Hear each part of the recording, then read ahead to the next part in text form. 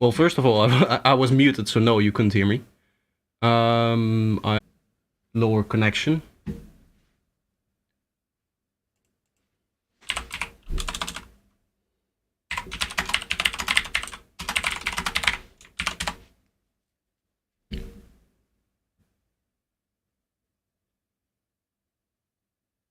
There should be a mic now. Yes, I was muted because I recorded the DJ set. I recorded saying that it's very slow connection. But I do see some people saying that it's now good.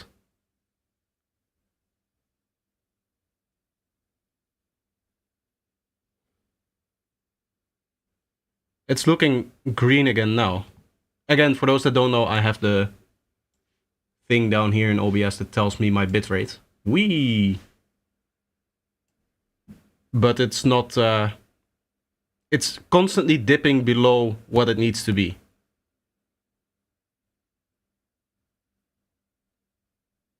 Just trying to check in, seeing if there's any issues. I see issues on my preview as well.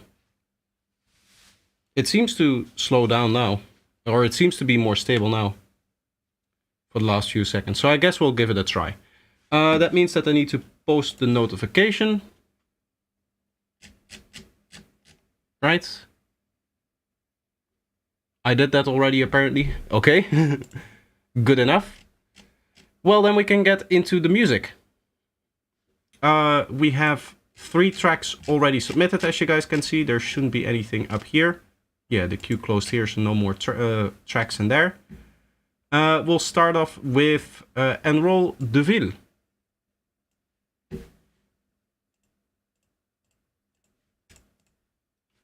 Let me quickly get a drink, and then I'll start the track as well, and we'll have a listen. Oh, you had to ban me out the blue? I make fucking Scorch the Dirt with the fucking vocals. I will be inclusive and tolerant. No, I'm not gonna be tolerant, but I will just avoid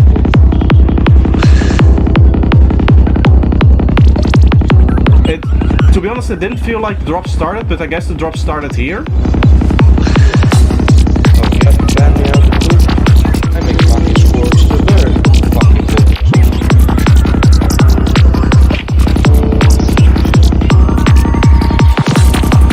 Like there's a little bit much happening in terms of atmospheres and sounds and stuff like that. Like there's the chords in here. I would personally remove those.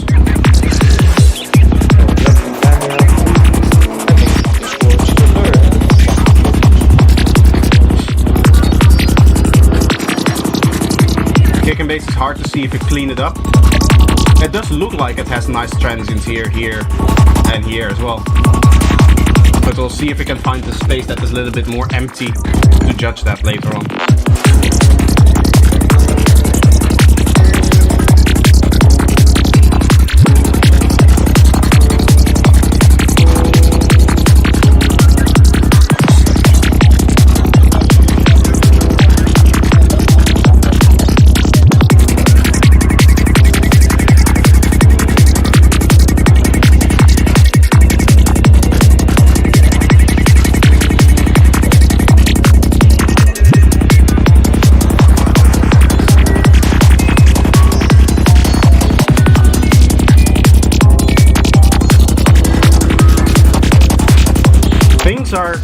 It's a little bit of a hard problem to describe that I'm hearing, but it's essentially things are happening all the time without any cohesion between them.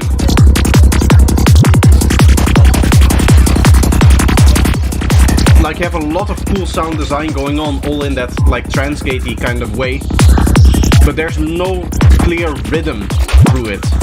You know what I mean?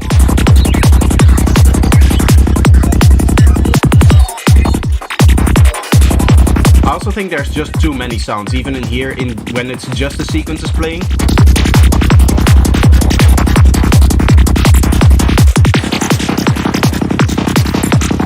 Everything is just kind of happening all at once.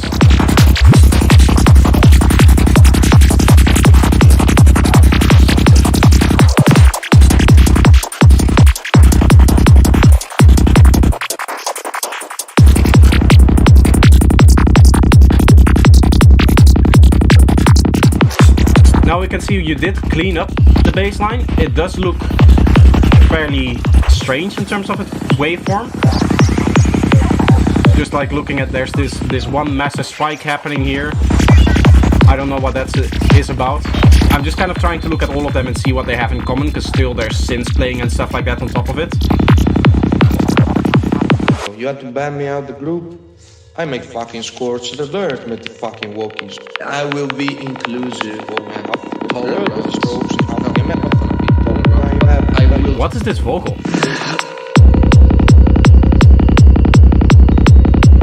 Yeah, here you can see there's a little bit of bleeding happening, but that's not a big issue here, like into the bass line.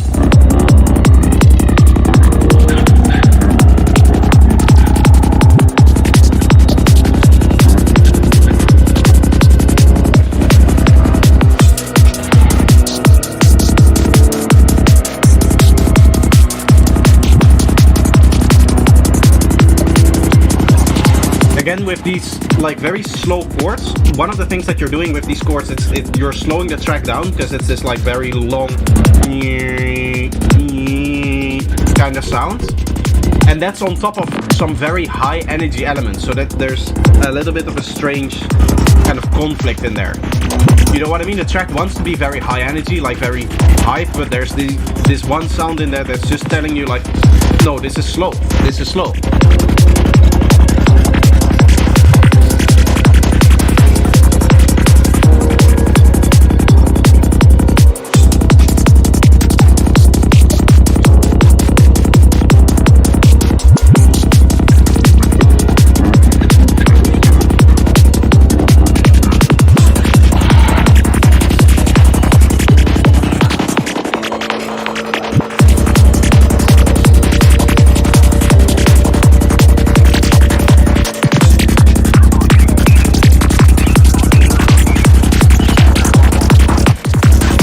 At this point it becomes too hard to follow, because what you're doing, like the sound design is really cool. I can hear a lot of cool things happening. There's like a lot of background sounds that seem fairly loud, and the synths seem a little bit quiet, I would say.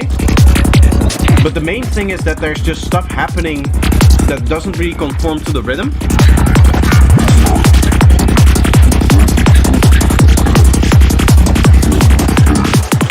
So it's hard to dance to. Like, I'm trying to focus here, but the vocal, for example, is one of those examples in there. The vocal just kind of plays.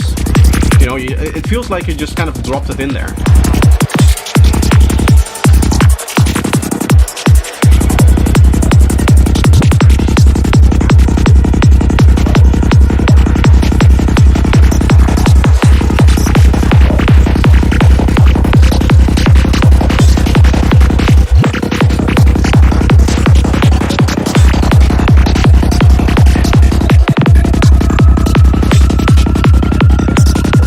Like this part is nicer. Here it's a little bit easier to hear what's going on, but this is the outro as well.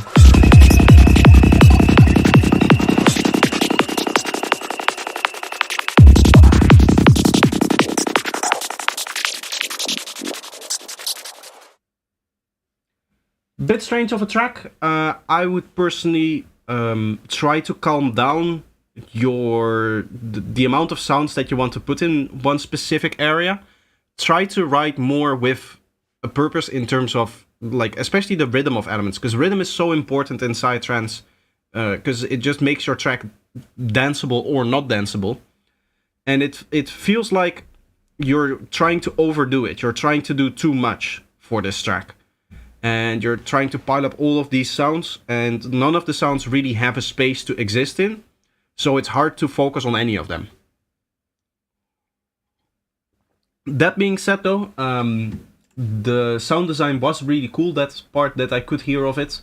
I liked what you were doing in the intro with the chords. I would just not use them in the rest of the track, or maybe like in a breakdown or something like that.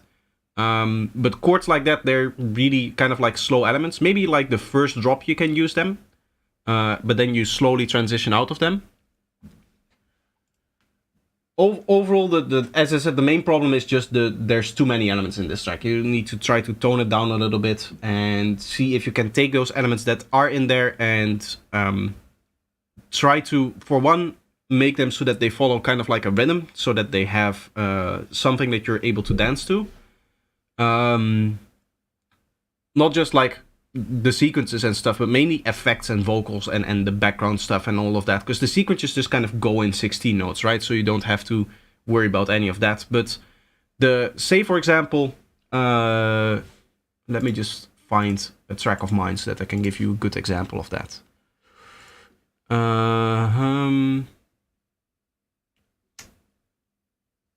There's tracks that I cannot show in here either. I think this one will have some good examples. This is like a Dark Side kind of thing as well, so you'll probably like it too.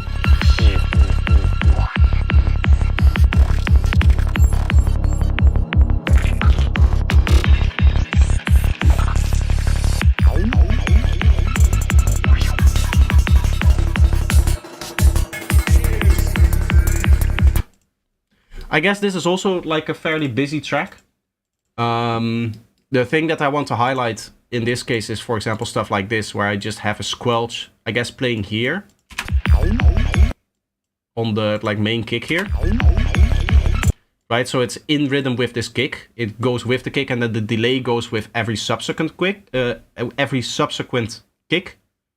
English. Let's see if there's probably going to be some more of those kind of things.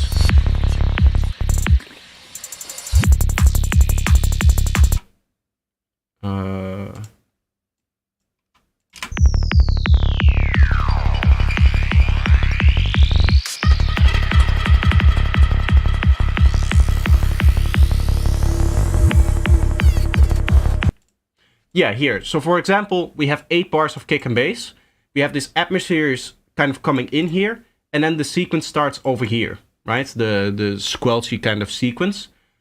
What is happening is that within the structure, we have like 8 bars here. I have all of my atmospheres. They're all kind of rising up until this moment that we go into the next section of the drop. And then I cut them all out, or just have them reverb out and delay out.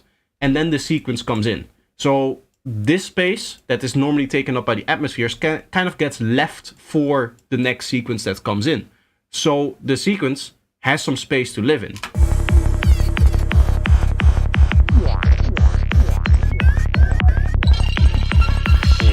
You hear there's more sounds on top of it, but you have a moment for the atmosphere to kind of fade out, a moment for you to get used to this new sequence that is in here, and then the new element starts to play and they start to add extra interest to it, right? And you can hear that the new element, or the other elements other than that main sequence, are just like very small blips and bloops that just accent different things. There's not like an additional sequence playing on top of it. I'm not trying to go between 4 different sounds and trying to make all 4 different sounds work in the space. Way more room for sounds. Yes, exactly. That's exactly what I'm getting at. Together with the idea that all of the elements and all of the sounds that you hear in the track are trying to convey one singular piece of music to it. So they should all more or less follow the same kind of structure as well. Again, I have atmospheres for 8 bars here, and the section is also 8 bars. If I had like 9 bars here, which I wouldn't do, but if you had that, and the atmospheres would be 8 bars long, it wouldn't match, right? So that's like a very simple thing that you can do in order to just make sure that you're structurally working as well. And what you'll find is that usually if you do that, you'll also just find it easier to place elements in the track, because it should feel natural doing it like that, right? If every element has like a purpose in the structure, then if you need to think about that before you go into sound designing or anything like that, it is much harder to just throw in an element for the sake of throwing in an element. Still, very cool track. I really like it. Next up, we have Chesses, who is here in the chat. By the way, welcome to Chesses, Greedo, MindB, Enroll, of course, and Virtual Instinct. We have more stuff later on here. I just checked because with the patrons, they get priority. But for now, we're going to listen to Secret Dimension here by Jesus. I said Chesses, but it's Jesus. Sorry. Yeah, your username on YouTube as well. It's the same. I just misread it. Sorry. Jesus. With secret dimension. Also sounds like a more darker production here.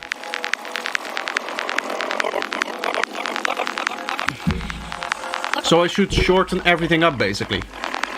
No, it's you should have a purpose to every element in the track. If you're adding a track, or if you're adding an element to a track, it should have a purpose being there.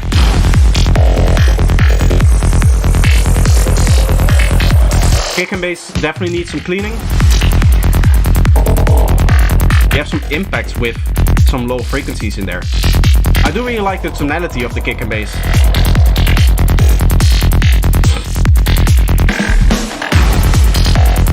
Yeah, this element, there's some big like impact on here, which is really messing with me. I don't know why. Is it playing every like 8 bars here? Or 4 bars? Yeah, this big bang, right?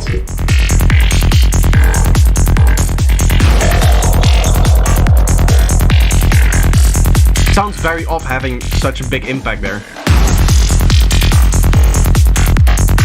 Because the kick already has all of the impact that you would want there.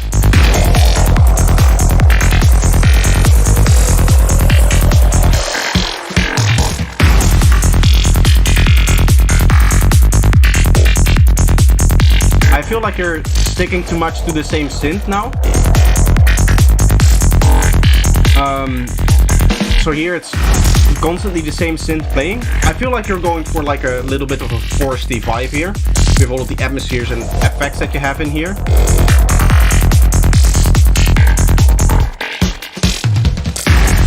Usually for foresty, you'll hear that it does have those kind of morphing synths, or synths that change sound, or just multiple sequences all playing after each other, as opposed to the same kind of sound over and over again, doing different things, which I think is what you're doing. I like this texture here. That's nice.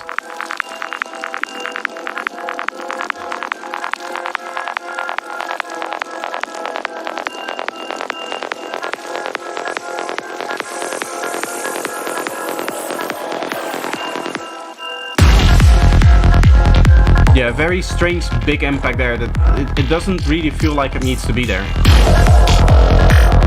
At this point though, you've introduced a new like melodic element. What I would choose to do is not have this other synth sound in here. Because this is a moment where, again, you'll allow the listener to get used to the other sound playing on top of the kick and bass.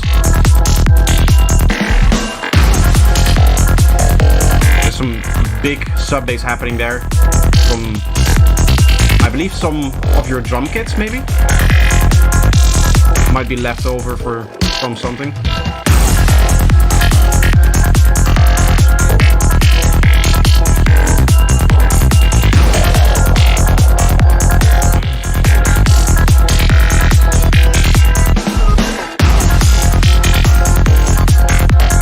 I feel like it's the same fill most of the time.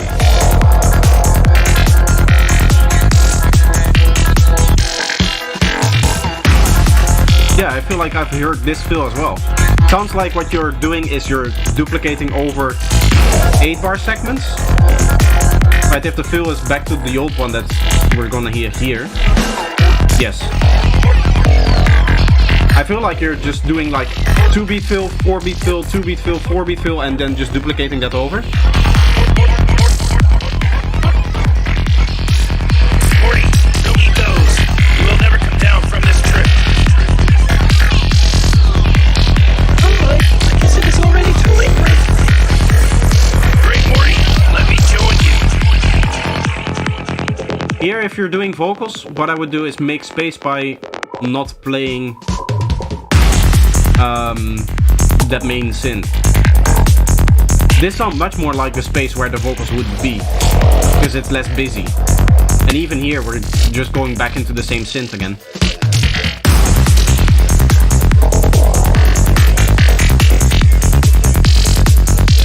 Nice bass melody. I should probably unpause this actually.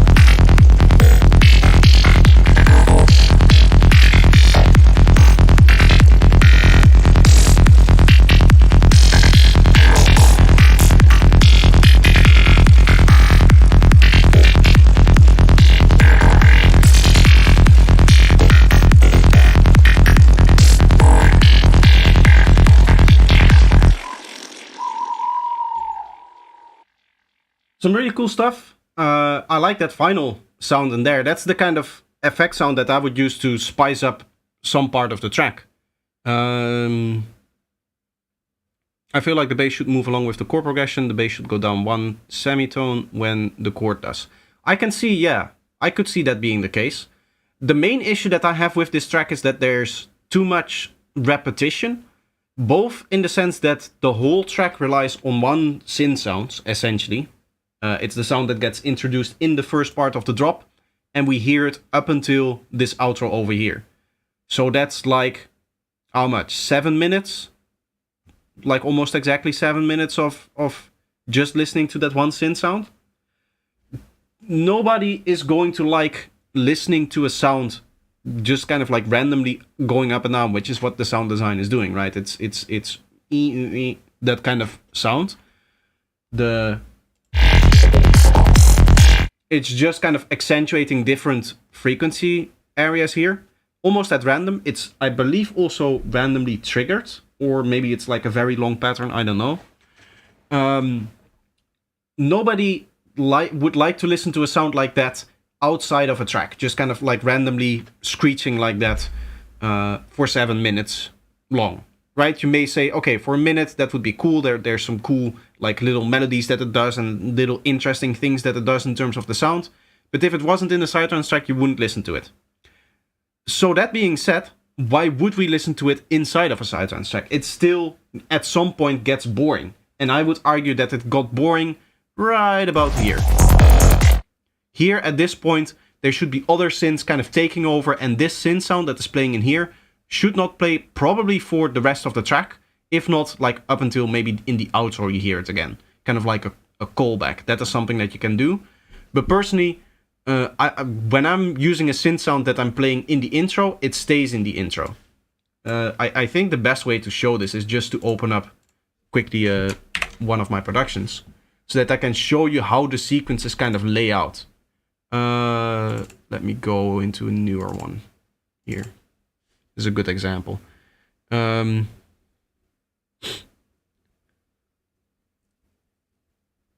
Yeah, it's really just one synth all the time. Exactly. Yeah, that gets boring. And together with, as you said, you're using 2 fills that repeat. I'll also show that in the project. The idea that the fill really is where you can do the interesting stuff, where the listener can say, hey, something is happening. Hey, something is changing, right? So the fill should also, in and of itself, be interesting, because it's that announcement of, oh, something interesting is happening. It's gonna take a little bit of time for me to open up the project.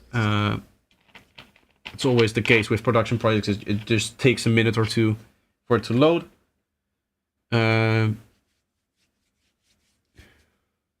Chords go F minor and E minor, and if you do that with the bass as well, it'd be more fitting.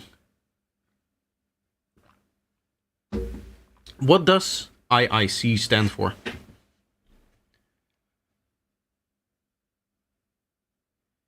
If I...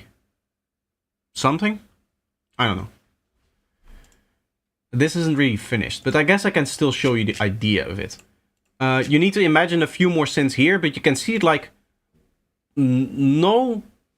So these are my sequences, right? So this is like main sound stuff. There's all of the interesting sounds in here. So... anything from small plugs in here to this kind of stuff. We have this one here.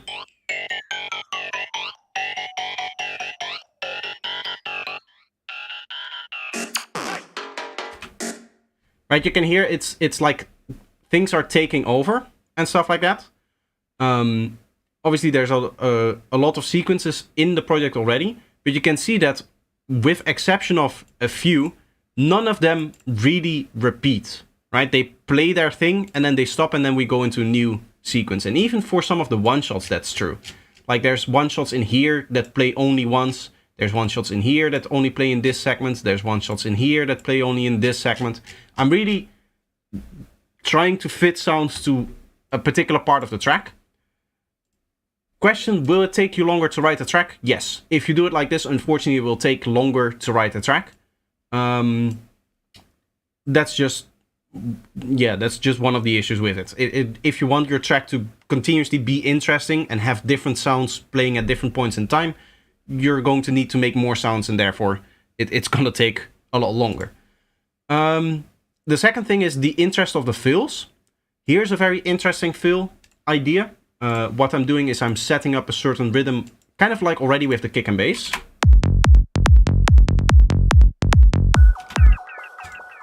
So that's the kick and bass. If you listen to the rhythm that comes on top of it, you will hear like an offbeat plug and then like a vowel-y thing coming in. Listen to how well the rhythm of that vowel-y synth works with the synth over here. And then subsequently with this element over here. So it's really like trying to transition here.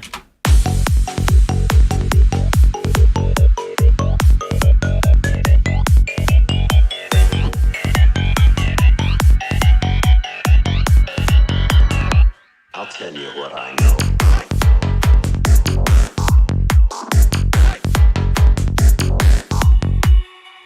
Do you hear how this synth kind of already has that cadence of I tell you what I know in it? It then delays and layers exactly on top of the vocal. I warp the vocal obviously to make it so that it really tightly fits around this rhythm over here. And then what happens is we go into this sound over here, and this final synth here, I didn't design it this way, but this kind of just came out like this, and I kept it this way. This part here sounds like almost like an answer thing to it. Tell you what I know. You know what I mean? That's kind of what it sounds like to me. The way that all of these elements are combining into one.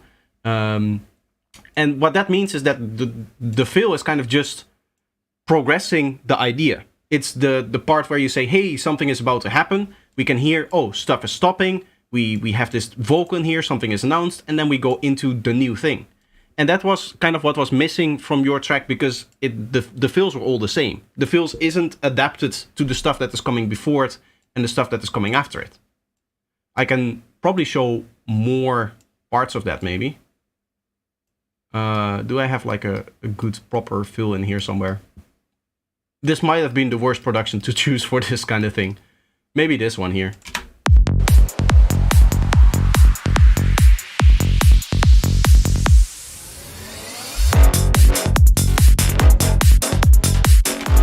Not really. Can show another example in audio, and then I'll quickly go back into the other project as well. I've talked about this fill before, in a video, I think, where I took all of the elements from it and I explained everything. It's this one over here, I think, right? Yes.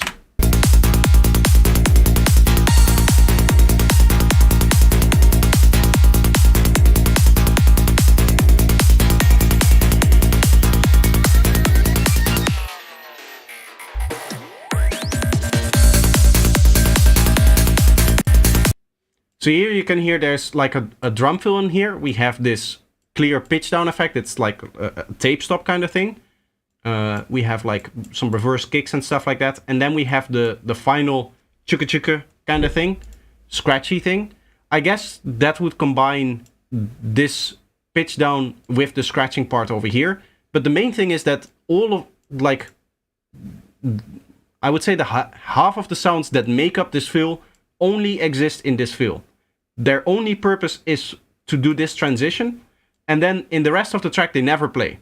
So I have sounds in the track that just sit in here, in this little area, right? If you paint it like that, you can see what kind of percentage this is. It's nothing, right? But you need those extra elements to just make this part of the track more special, and then you're going to do the same thing probably over here maybe, where you'll have like a little interesting bit in the fill that has some unique sounds. And maybe not every fill needs it. Maybe here it's just enough to quickly transition between some elements. Maybe you need, I don't know, one over here, one over here. You know, you can kind of go on like that. But the main thing is, yeah, there's a lot of sounds that make up a track if you want the track to be continuously interesting. This track isn't even finished halfway, I would say. And how many sounds do we have? It says 20 tracks in total, but you need to keep in mind that there's a lot of groups and that there's about 20 tracks above it that don't really contain any of the sounds of the project. There's this like group here, there's all of the sorting groups that get counted as a track. So it says 220 over here. I would guess that there's like 170, 180 sounds maybe in the track in total. And even then, I'm probably going to go through it and delete some of them and reuse others and stuff like that.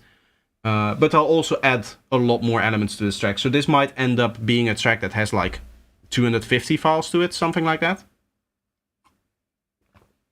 Which is on the high end. Like usually I'll stick between 100 to 180 sounds per track. Like total sounds, not just tracks in the project, but like the actual tracks that hold the file or that play a sound through MIDI.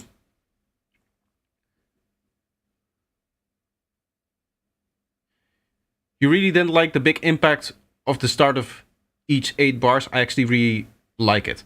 I don't like it because it distracted from the thing that is actually important in my opinion, which is the impact of the kick drum.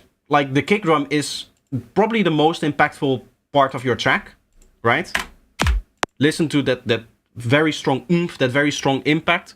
It is full of impact here, and it doesn't need any extra help having an impact. What you can do is like a downlifter or something like that. But what you did was like a full impact, right? So it sounded almost like you just went into the Cashmere pack and took one of these like very big ones here. Right, one of those without obviously the sweep into it. But those they take up too much attention in my opinion, and they take away impact from the thing that should actually give this part of the track impact. What you can do is something like a little white noise thing. That's usually they're like going down as well. The sweeps here, I guess. Sweep down.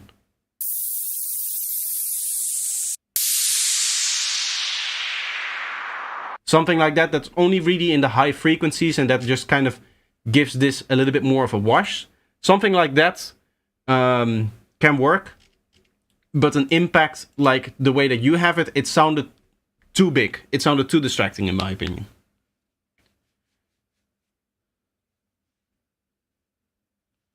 I usually put more lead sounds inside, but in this one I didn't. Definitely know what you mean. It felt a little bit boring, to be honest. It felt after a while like I'm trying to see if I can hear something new, and it was just consistently only that synth playing, and it feels, yeah, just something that like the track doesn't progressive enough in my opinion.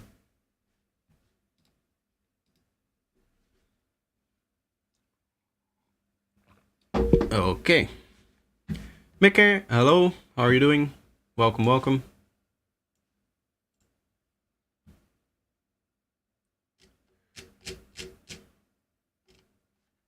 There we are. Let me just quickly get back the feedback stuff. And now we can move on to the next track, which is Trip to the Void, 190 BPM Master by Virtual Instinct. Let's see.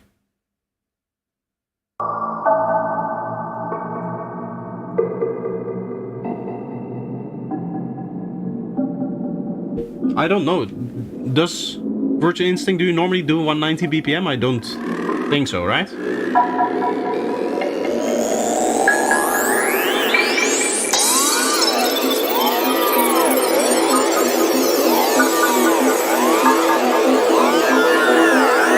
There's a lot happening here as well.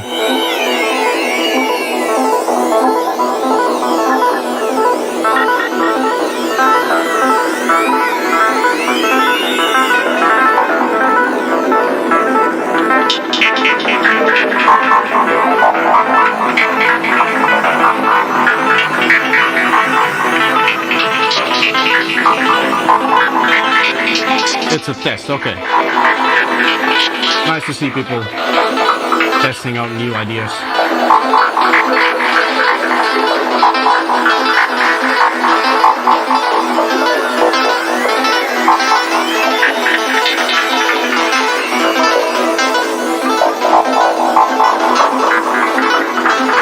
So you have this melodic synth in here. Wait. That fill is not in rhythm or in the BPM.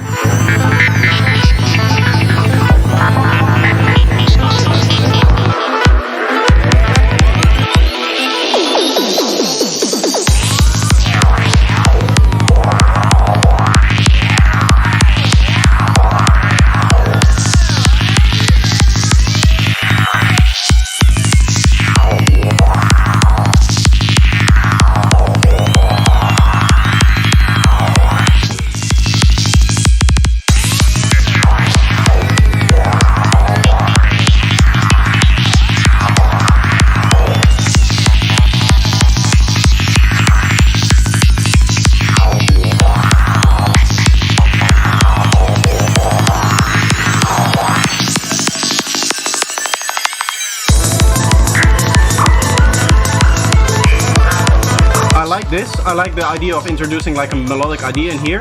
I would have it more on its own. I was going to say that in the intro as well.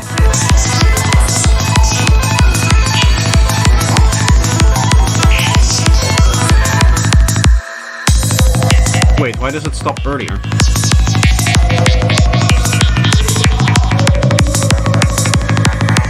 The last bar I would just continue playing it, because the melodic idea didn't actually feel like it finished.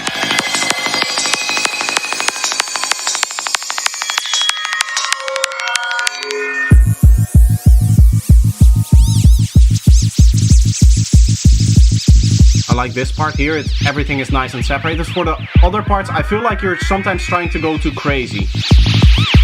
Even here already, with some of the modulations that are happening and all of the stuff that you're doing, it's like kind of on the edge. This is not in rhythm. It's either triplets or it's not in the right BPM.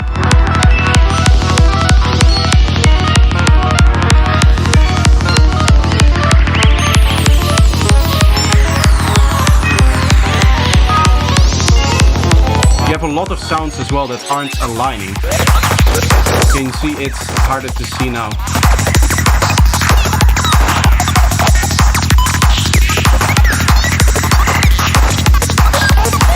This part sounds nice. Here everything is in rhythm, you can hear. Everything seems to make sense, but before where I paused it, it was like in between the two bass notes. Like you would have something starting to play right here, as opposed to here or here. That's usually an issue.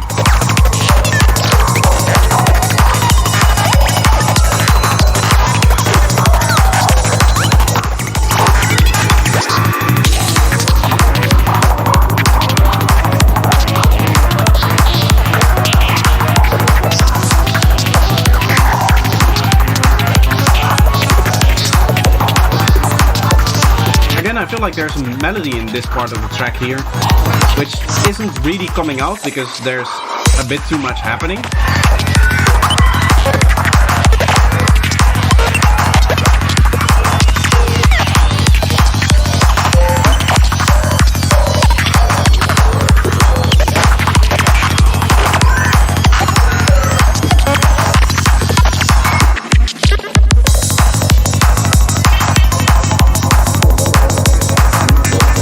This part sounds good. This sounds like it has like clear definition to all of the elements. With everything that's playing.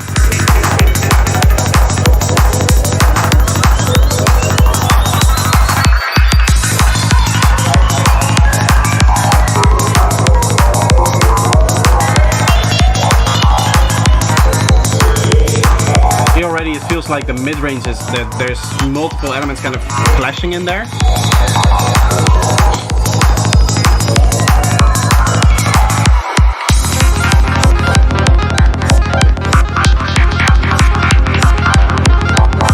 Here again, all of the notes are playing in a way that they're not lining up with the rhythm.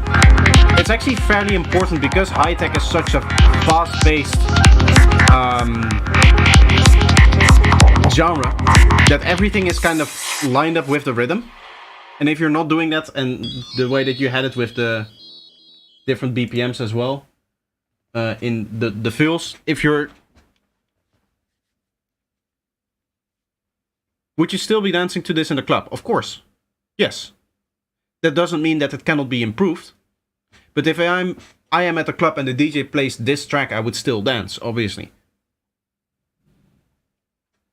At the end of the day, you just dance to the music that is there, right? If you're in a club.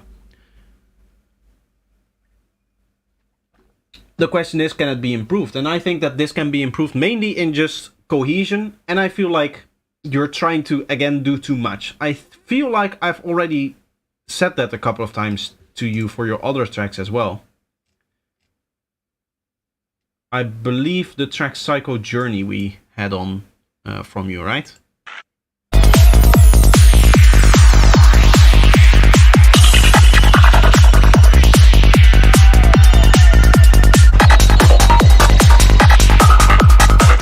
Yeah, I could see why I would say that maybe you have a little bit too much going on in that kind of track as well.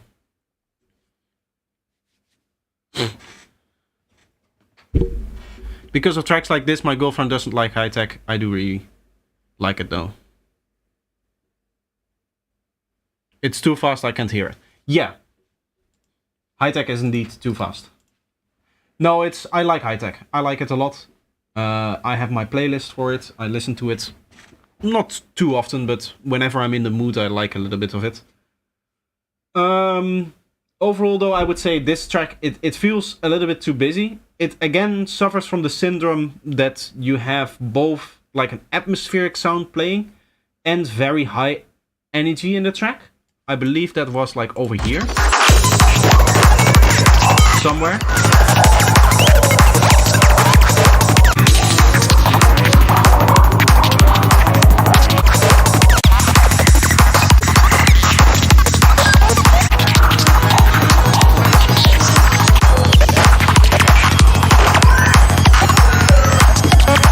Here, you can hear you have this kind of thing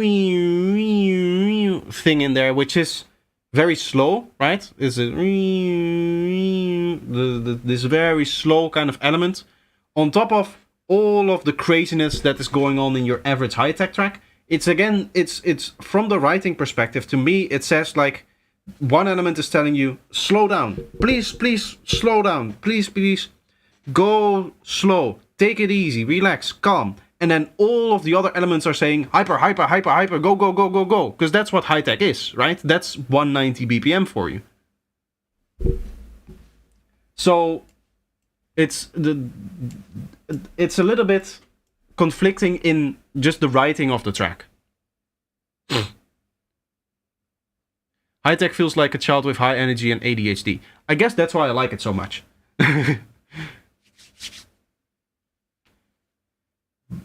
Bush, welcome to the stream. How are you doing? Subject Ultra, welcome. Mr. Brown, welcome. Glyph, welcome. I think that's it. Right? Yeah, that's everybody in chat. Anyway, great track. You have definitely some potential. What you can do with a track like this, if you're suffering from too many elements, instead of deleting elements, you just save them and write a new track from them. Or you space them out more, right? Like you could say like, oh, I really like the elements that sit in this part of the track, but I don't really like what I had. If you don't like what you're going on here, which I would say this part is a little bit less interesting to me than what was going on over here. You take some of the elements that you don't really need for this idea to work, and you just plop them in here. Or you start writing a new track from it.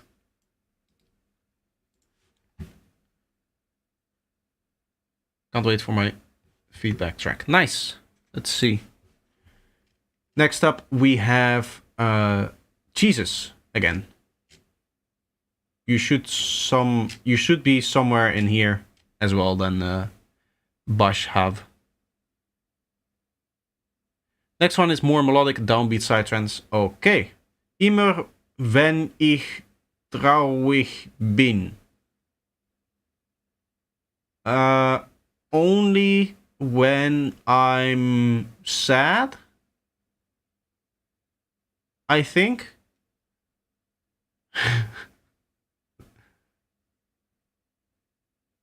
I'm Habab. Okay, yeah. And your track is over here. We'll listen to it in a bit. Correct me on the name, but I think that's the translation, right? Do I know my German? Anyway, we'll play it and then we'll see.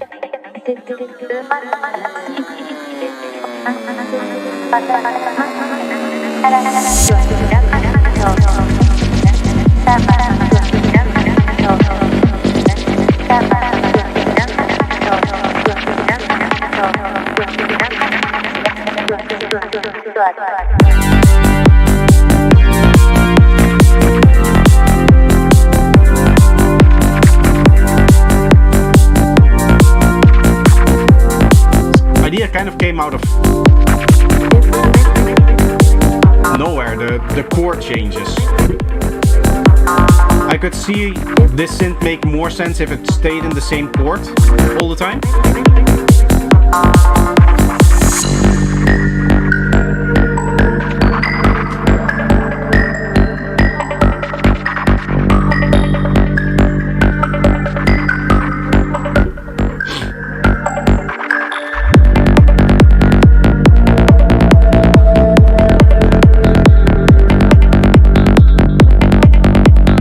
This is nice and minimal.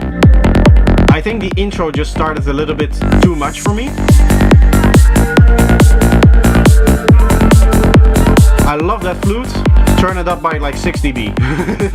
That's your main element. That's your key element of this part of the track here.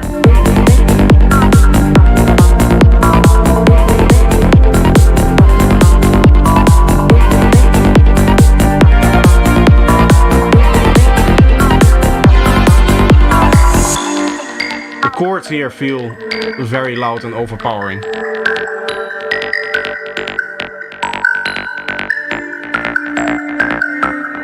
You should also have a meter so we can see if the track is clipping. Technically you can see that here, but it's really hard to see, yeah. I could put 10 more analyzers on the screen with all the different things that you might want to see. I have very little interface left. I would need to put it like down here or something. If there's an easy way to do that, it would be nice.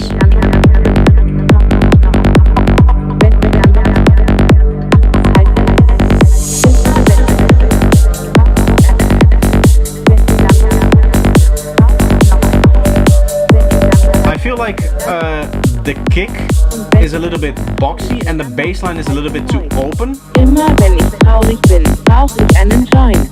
Wenn ich dann noch traurig bin, brauch ich noch ein Joint. Wenn ich dann noch traurig bin, dann rauch ich noch ein Joint. Und wenn ich dann noch traurig bin, dann mach ich's halt erneut.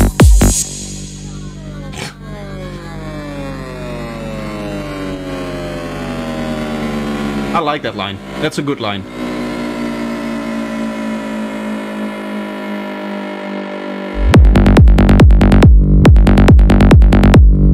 Yeah, the bass line sounds too open for me. The kick has a little bit of a knocky quality to it. You know what I mean? That might be because there's like too much 500 Hz-ish, this kind of area here into the kick.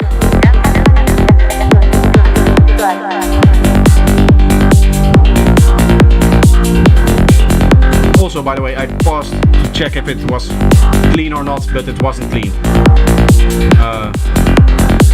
You would need to fix that as well, yes.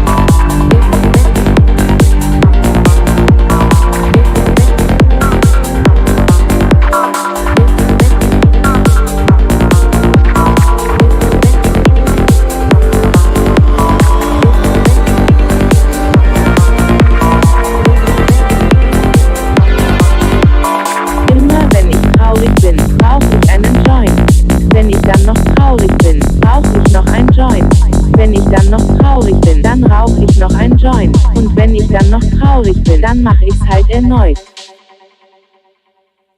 Overall, this definitely needs to, you say, still needs to do better mastering. I feel like the mix is the main problem here. The balance between the elements, the volumes of all of the elements here. I feel like some of the chords, some of the backing sounds, the chords and stuff like that are taking away from stuff like the vocal chops, the flute and the main vocal, and those really should be your main elements, because that's kind of the melodic thing. You can think of it as the thing that you would sing along with, right?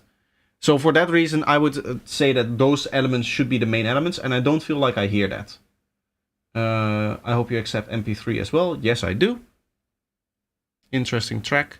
Tom Zul, welcome to the stream. John Doe 2024, just a new one. Welcome to the stream.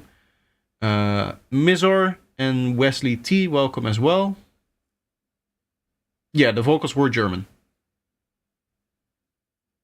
I don't know, but working is very tough for me. I need more lessons working with vocals. When it comes to vocals, the way that I work with them is I always think of the vocals as an element that really needs all the space that it can get. Let's see if I have another good example for that. That I can actually play. I'm trying to think here. Because I recently went and deleted a whole bunch of different vocals from various projects which I didn't like anymore. I guess this one would still have it. Down here somewhere. Hello? Vocals are like here. You can hear how much space I'm giving them, right? Being a player, to me, that's one thing. It's a fun game. But where the real fruit is in the social aspect, where you get to meet people and play them a game and have a fun, competitive game. Right? The vocal is sitting in front of everything. Even the kick and bass is playing here, although filtered and like coming in. But I lowered the volume of the kick and bass, I believe by like 12 dB for it to make sense with the vocal. And then I mix the rest against that kick and bass, and then the vocal kind of comes on top of it. So that's how you work with vocals, is that they need more space than you think they do. Just almost like by default you can think of it like that. You cannot just drop in a vocal into a track like this, or like in a drop right here, and just think like, okay, it will work. You really need to make space for the listener to be able to hear the vocal that is coming, because the vocal is telling the story, right? It's in this case, it's talking directly to you. So you need to be able to hear every little thing that the vocal is doing. For one, I would probably compress this vocal a bit more. That makes it easier to hear the details as well, because the details are going to be louder. But two, it's just a matter of not playing other things when you're playing the vocal. Especially stuff in the mid-range and the higher frequencies. Like a kick and bass, you can play, right? If you have a vocal on top of a kick and bass, shout out to Subject Ultra, who's in the chat here today, who made a track together with me called The Dream Machine. Here we have a kick and bass that is playing very loudly, as you can see somewhere in here. I believe it's like here-ish. Yes, here. So here the kick and bass is playing, you can see everything is very loud. But because there's like nothing else playing in here, I can have the vocals kind of sitting on its own. I say I, but we. What you are about to experience is thousands of images that have been created by mind. This is done through an ancient technology known as the Dream Machine. You give the machine a text prompt, and in return, you will receive an equation. Do not fear, for this is a tool. Do you hear how like the vocal is on top of everything? There's some other effects and one-shots and stuff like that playing, but they are never really coming through the track. They're just kind of below that. Shout out, yes, indeed.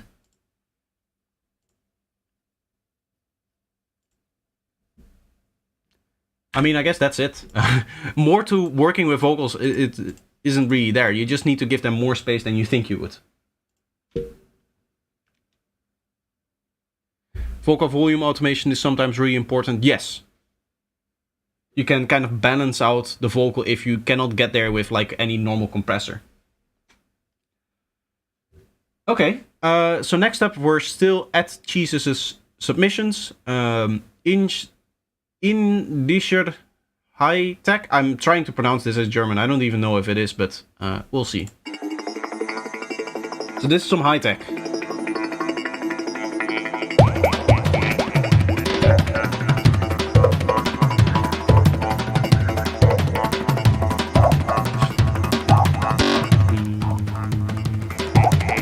Trying to see if I can predict the key of the bass line. I feel like that's the key it should be at.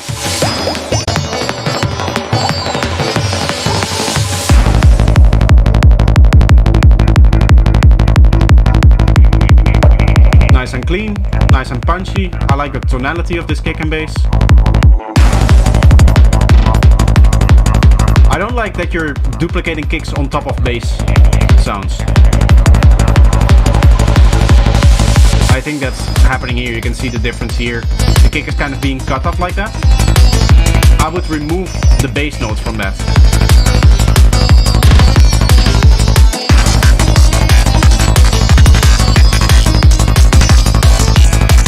Here I do think that it's...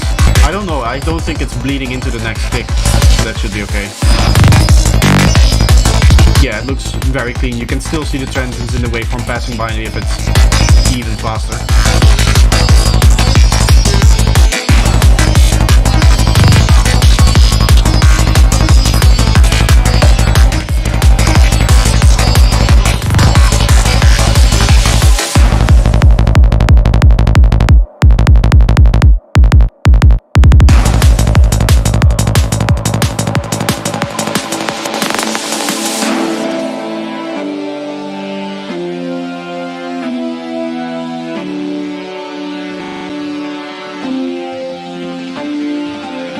Und was lesen Sie?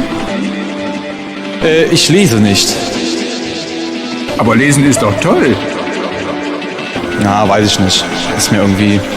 Na? Ich feier gern, ich gehe lieber feiern, ich will nicht... Lesen? In the beginning I would say, yeah, the vocal was mixed like properly. But at this point I would say that there's a lot of extra like high-end stuff coming in. Doch, auch. What you could do is just choose to filter in that other stuff. Und damit sind sie aber happy.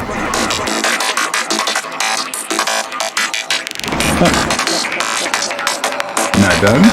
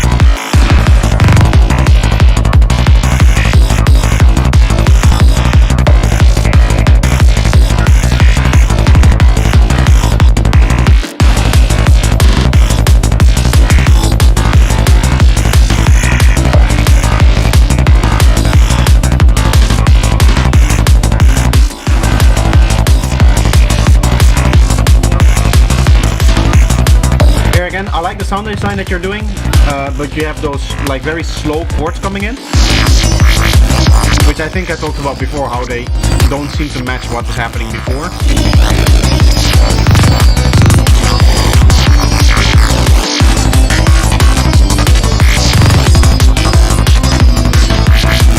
I also feel like here the sitar is making this part of the track too busy. I think this being high-tech, we should probably focus more on the glitchy sound design than the melody at this point.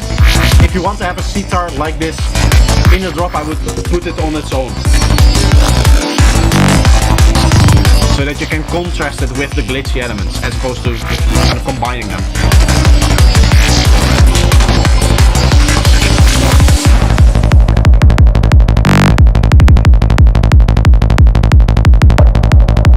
Glitch stuff like that, by the way, turn down the kicks in volume, like 6 dB. I would also do that for all of your accent kicks, the ones that aren't the ones that you dance to. I usually turn them down by like 5 dB, 3 to 5 dB. And the reason for that is, again, having the main kick a little bit louder, even if it's all going to get squashed into a limiter eventually when you do mastering. It means that the main thing that you're dancing to is grabbing your attention just a little bit more than the rest. The beat repeat kicks are a little bit loud sometimes. Yeah, that's what I meant. Mainly, like, almost all accent kicks, I would turn them down by like 5 dB. Usually the way that I produce, by the way, is that I don't have a kick track in my productions. I'll have like the main kick on a track, and then I'll group that track, do all of my processing on here. So if I already have the processing here, I move it over here. If this has already a volume set, I'll move that over here as well, like to -8.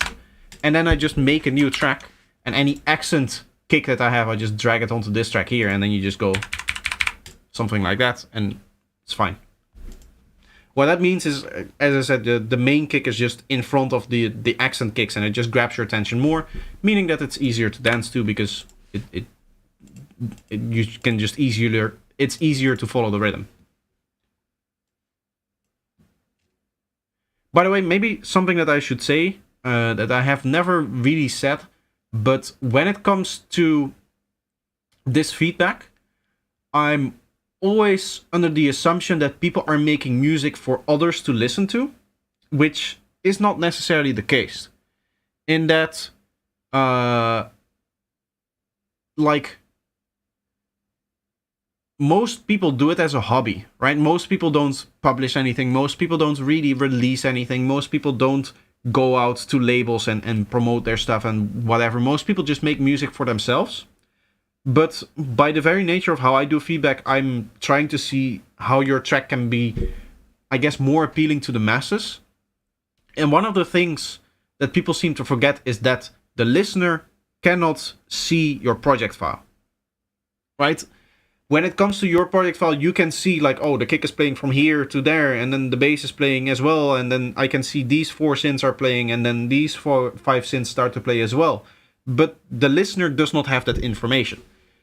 The listener only knows what he can hear, and what he hears is the summation of everything that is playing, not all of the individual elements. Right? When we listen to a track, we can hear the kick, we can hear the bass, we can hear the vocal, we can hear the synths and everything, all of the different elements, but that's all an illusion because everything is one waveform. Everything is one unique file. So we do that in our head, which means that the listener needs to decode what is going on in your track in real time without knowing the structure of your track. So, in order to do that properly, you need to aid the listener with these kind of things, like the kick thing, you know, the kick being a little bit lower if it's not the main kick. That is just an aid for the listener to say, like, oh, I can ignore this kick a little bit more because it's not as loud, it's not as important. It's just a way for the listener to decode your waveform into the actual music that is playing a little bit easier.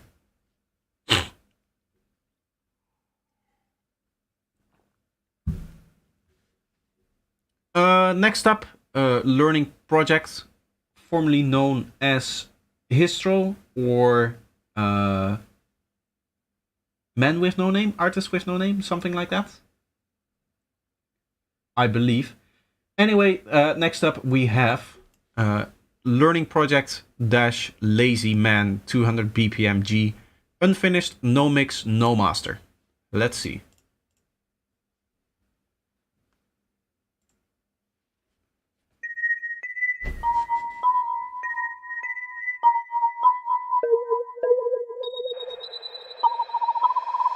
Some cool modulation happening to the waveform already here. From the synth.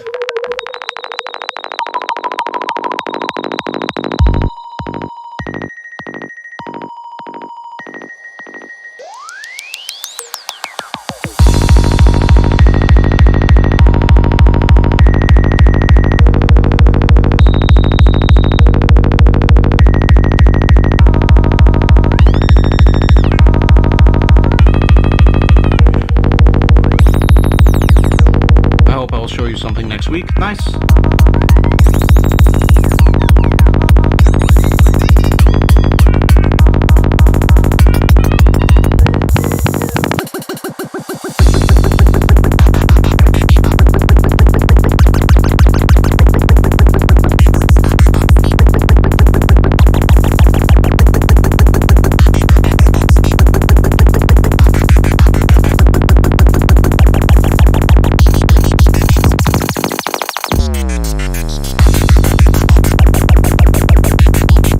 Very cool sound design going on here. I'm not a fan of your bar by bar placement of the elements. I like that you're trying to separate everything a lot, but the separation at this point is, I guess, almost too much. In that it's, okay, here is one bar of one sound, here's another bar of another sound, here's another bar of another sound. A little bit of interplay would be nice. Usually what you'll see is that you'll make like a 2-bar pattern, and that 2-bar pattern consists out of a bunch of different sounds, and that just repeats.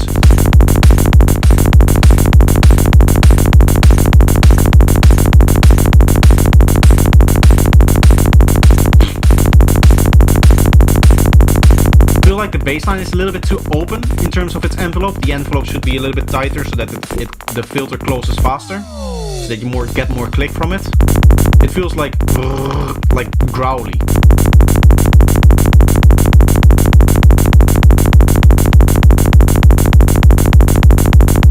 I'm also not too big of a fan of the open hat here. For one, I think its tonality is a little bit strange. The second thing is, I would like to hear a little bit of stereo wave coming from it.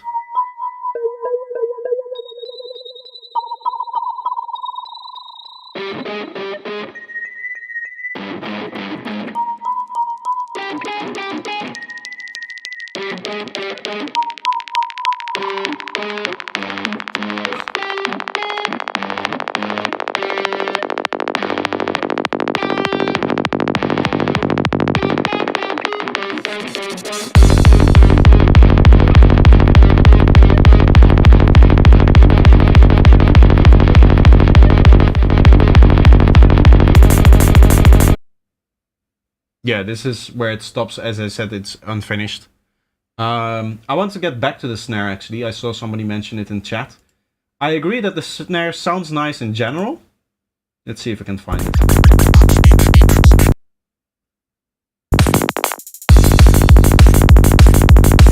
It sounds nice in general, but it's clashing here, I would say. And the reason I say I would say that is because you sometimes hear it like the snare has like a fundamental in here, right? But for psytrance, we tend to remove that because that fundamental usually clashes with the kick. And you can see a very good example of that here, in that it just leaves this massive gap, and here, in here, those like 3 gaps in here. 1, 2, 3. And that it's, I think what is happening there is it's literally just cancelling with that sine wave from the actual kick. So usually what happens in psytrance snares is that we just completely remove the snare from that area. By the way, it loses all the information here. I cannot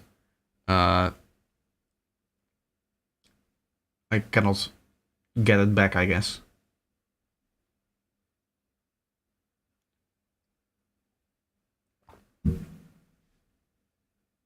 Too much resonance in the beginning, in my opinion. I kind of get that. It's just like a one spike, right?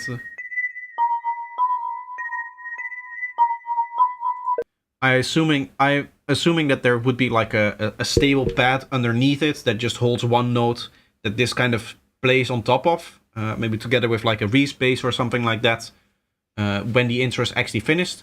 The second thing is that that sound, when it's playing on its own, it should probably have some reverb on top of it to also like smooth it out a little bit more.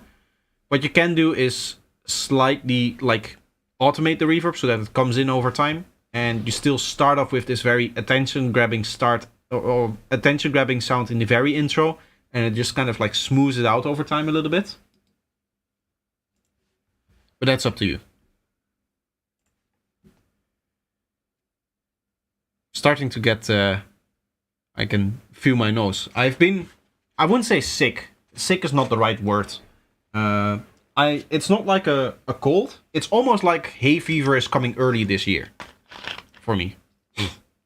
You can hear it when I'm trying to breathe from my nose as well. It just doesn't work. My nose is like, you shall not pass. And then it's just like, it's all closed and stuff. I wake up with the driest mouth ever, because I cannot breathe through my nose when I'm sleeping. So, that's very annoying.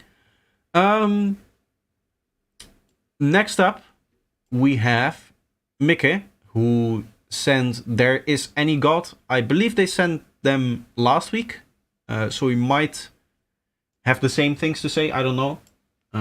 Let's hope not. This time it is made by Viot instead of Void, though, so there's a different artist involved. That's nice.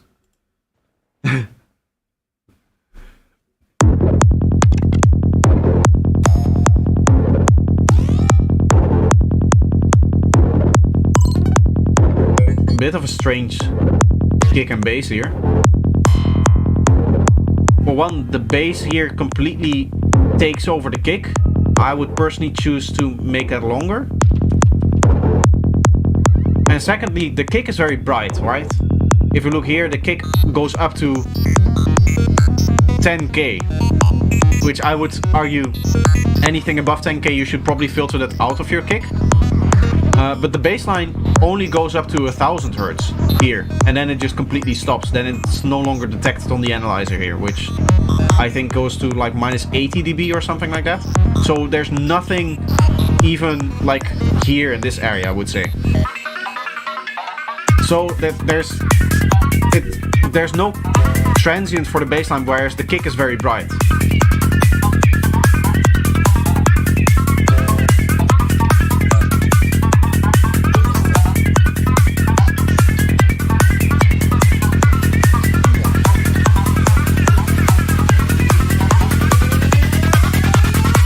Are your plants watered? Yes. Dust allergy, clean your room. It's not a dust allergy, it's pollen. So grass seeds and tree seeds and all of that stuff. It comes earlier every year, but it shouldn't be for another month and a half or something.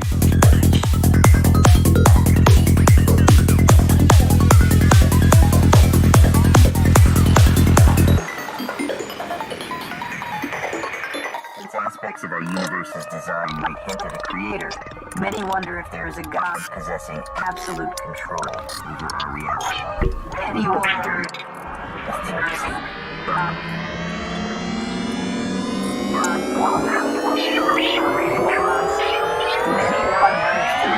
some very crazy vocal effects going on here.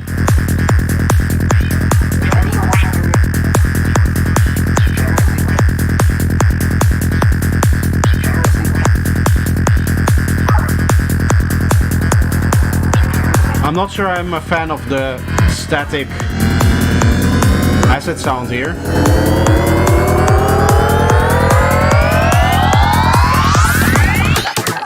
This riser is way too loud there.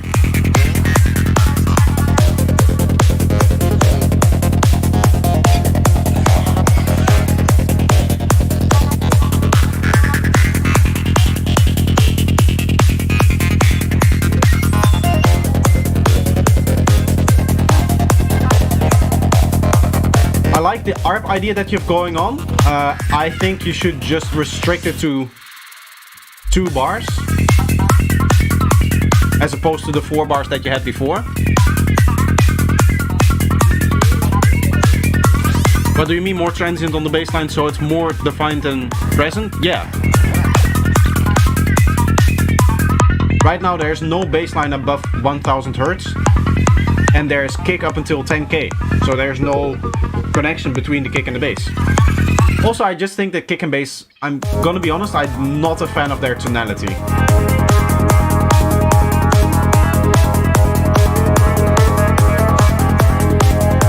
I like this ARP that you've going on here. What I would do in the sound design for this ARP is make it a bit more plucky in the amp envelope, so that you get more plucks out of it without necessarily having to change like modulations and such. Also, the drums randomly stop while the section is still playing.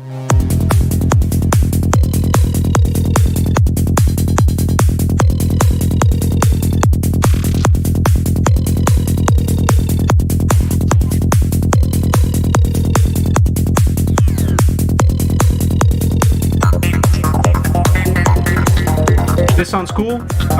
This synth comes in and it's way too loud. It sounds like a synth that should be like a backing synth to me. On top of the other idea, which is this kind of chip kind of thing. That should be the main thing in that section, right? That is the main thing that you should remember. It isn't mixed that way.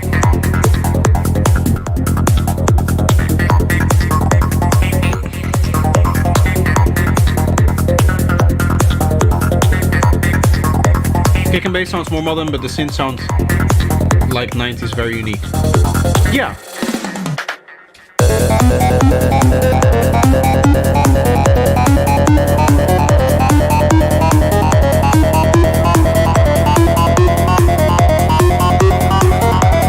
sounds really strange.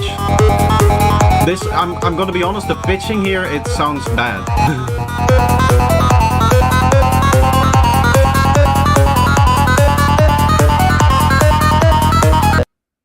It just sounds out of tune with the pitching that you're doing there.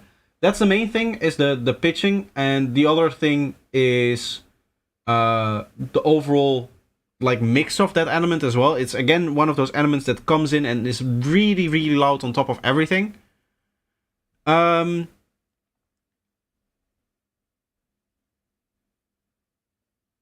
Great track for background track for racing games like Trackmania. It would work there, yeah, definitely. I would suggest though, for this track, to improve the kick and bass. And to be honest, the best way that I could tell you to improve it is just to get my stuff. I know it's a little bit sellout, but the ease of being able, especially with the drum pack, to just take your BPM and say like, okay, I want to make a track in that BPM and have a kick that just technically works with a bass line that technically works. So this is the psychedelic drum packs, for those that are wondering. If you then go into your serum, and I'm also remaking, by the way, this bassline patch for Vital. But this is the subshifter auto sub control. This is the bassline that I always use. Any track from the last year that I've produced, like since September, that I have produced, that I have made, is using this preset without any modifications on the preset apart from changing the macros. And then you'll see a little bit of EQing afterwards and no other processing. Because I just set phasing the way that I like it.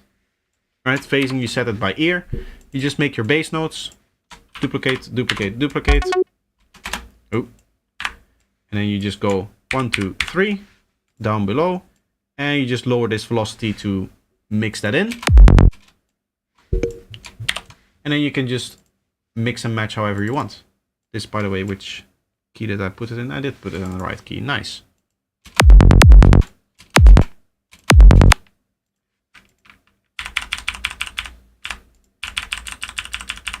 You would put it to something like this.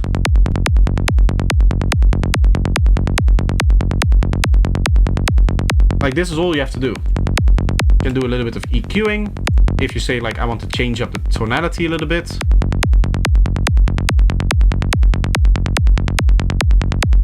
You say I like it like this, and then I'll add a stereo spread.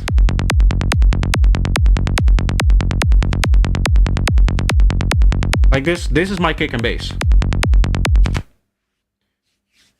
Your pack didn't have any BPM and key indication. Yeah, that's the quality kick. That's an older pack, which is also really good, by the way. There's some nice kicks in here that I also use sometimes. But I found myself leaning more towards the Psychedelic Drum Pack Volume 1 here, which has these kicks.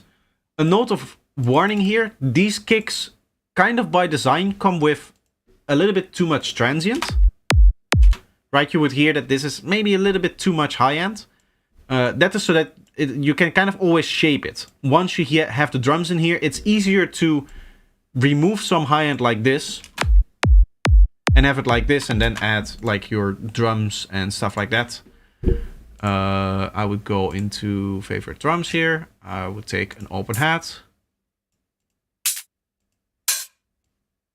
like a classic 909, for example, and then these closed hats maybe. Oh, hello, thank you. Let me group these, and I'll go minus 10 on these. Of course, we're gonna need some side chaining on the closed hat. Right now it works. It can be the case that it's too much high end, that you get like this buildup of high end if you don't EQ it out. You can hear now it's starting to become nasty. I can even exaggerate that so that you guys can really hear what that means.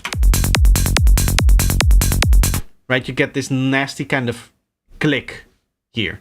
And there, almost always you're going to find yourself having to turn down a little bit the higher frequencies here on any of the kick drums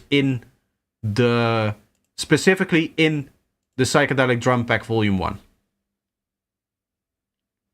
sounded like the stereo spread changed the bass keynote. That can be the case because of the frequency. If I set the frequency lower, it starts to affect those lower frequencies.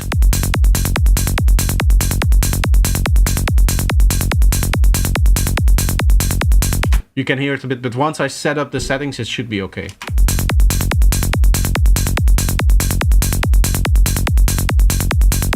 Just makes it a little bit more interesting and I guess a little bit growlier. This is my preferred way of stereoizing bass lines. I don't like the sound of wider, which I should also have here. Like, this sounds terrible to me. Like, let's match that.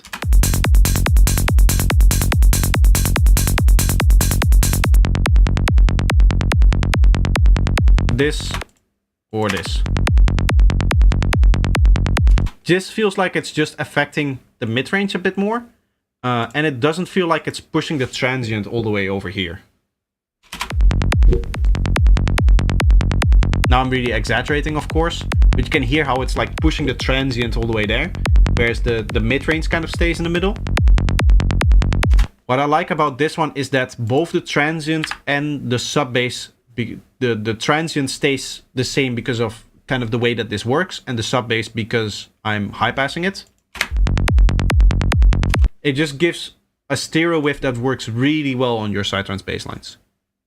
Melda, yes, this is M Stereo Spread is by Melda.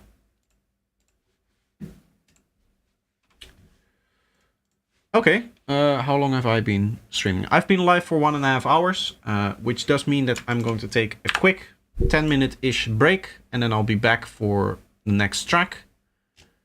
While I'm away, my next stream, okay, I'll do it like this. I'll play this track because I'm planning on mixing this track in the next stream. So you guys will hear this, and then next stream, somewhere next week, we'll probably get around to mixing this track over here live on stream. It will be a little bit of a different stream then, because I have to listen on monitors. So I'll need to figure out the audio routing situation for that. But I'll see that later. Anyway, I'll be back in a little bit and we'll continue listening to tracks. Continue sending them in. You can always send more tracks, just like other people are doing. And yeah, I'll see you guys in a little bit.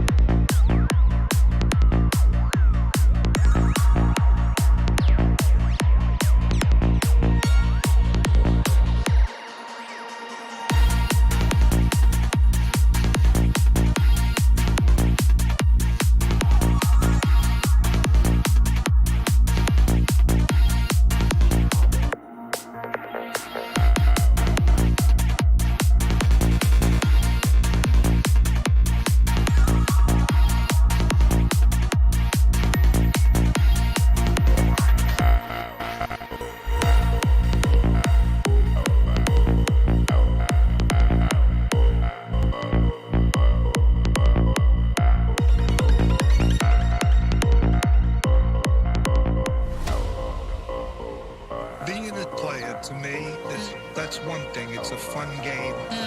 But where the real fruit is in the social aspect, where you get to meet people and play them a game and have a fun, competitive game.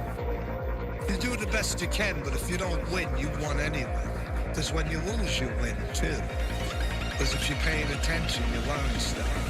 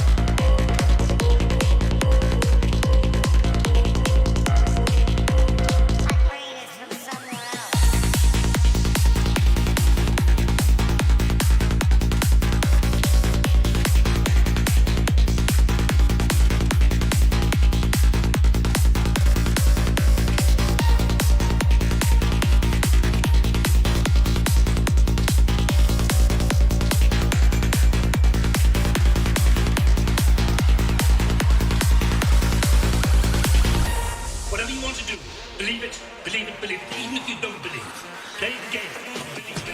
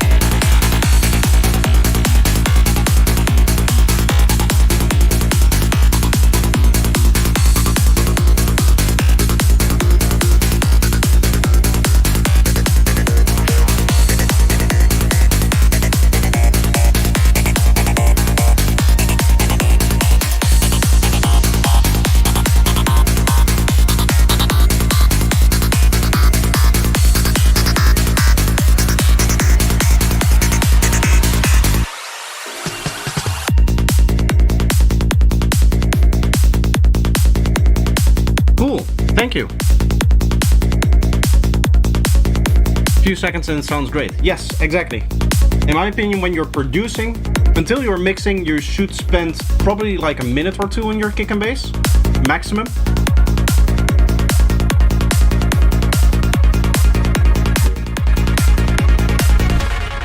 Because you're not really going to know what kind of kick and bass the track needs until you have the context for it, right? So when I start out producing, like this track over here, I just started out producing, I started laying out like the first few sections of it, the first few ideas. I just had the kick and bass the way that I made it right before the break, where it took me literally just like a minute to make it. And then I was going on with the rest of the track. And once you start developing out the track, you might hear like, oh, maybe the processing is a bit too much, the processing is maybe not enough. I have that, as I said, the processing in mine isn't done with like actual multibands and plugins after it. I don't tend to have any plugins after it. For me, the processing is literally just, I go in here and I tweak this knob here. So I might end up tweaking this a bit more. I might end up changing how open the filter is. This is what I talked about with how fast the filter cutoff kind of closes down. It influences this shape over here, as you can see. LFO buses over here. This is the macro is kind of mapped to these things over here, which in turn is mapped to the filter cutoff. What track are we on? Do I have time to make a coffee? Yes, we are on this track over here, hubbub work in progress.mp3. Which is 11 minutes, so I guess you have some time to make some coffee. And then we'll get to your tracks.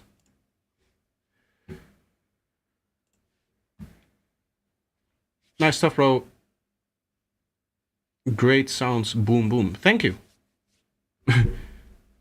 Sometimes the way that people capitalize and type in the chat, it's a bit hard to read. It's mainly annoying when I'm editing the conversations for stream and I have to go back into the messages and, you know, change the formatting and change sometimes even the grammar a little bit to make it understandable. That's why sometimes you hear the text-to-speech voice in that video.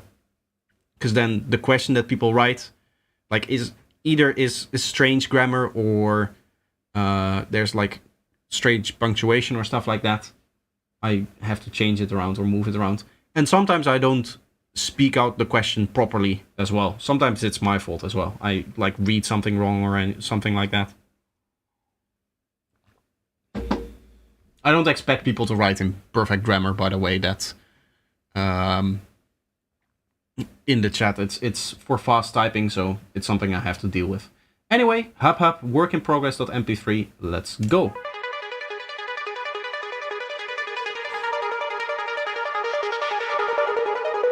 My stereo analyzer is giving up on me. I'm hoping that I can do this to reset it.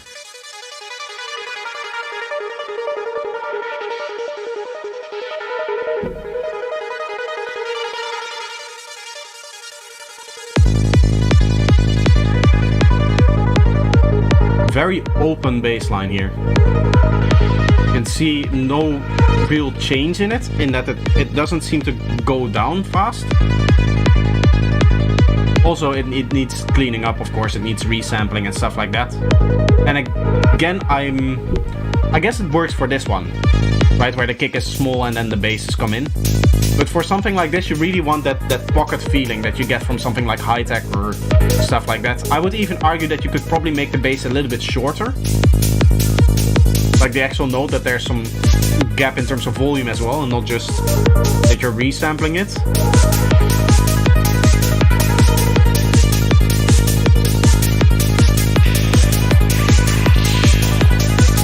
Again, when it comes to snares, I like to remove the fundamental frequencies. Anything that is not like this noise component over here, just this stuff here, remove that. You don't really need it, and it's going to clash with your kick drum.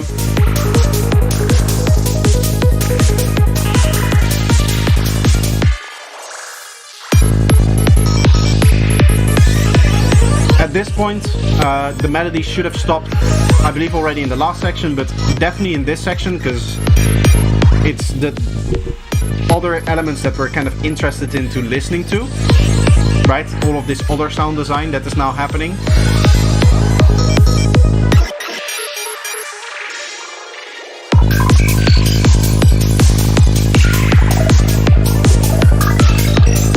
At this point, all of the other sound design is changing, and that one melody is staying the same. I would just completely remove that. I would let the listener focus on all of the cool sound design that you're doing. You have some really loud sounds in here, by the way.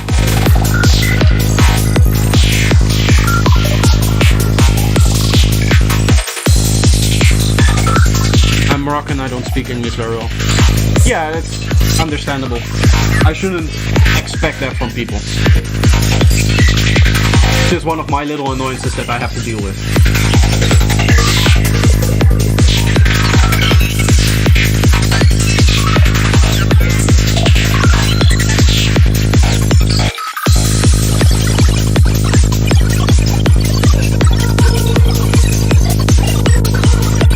Some really cool glitchy stuff here in here.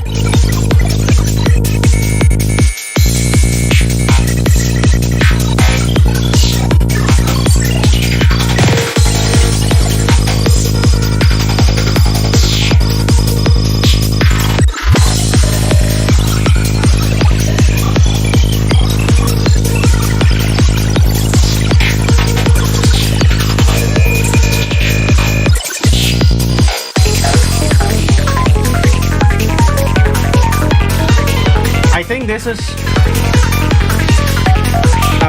for one, the track is getting a little bit too busy here.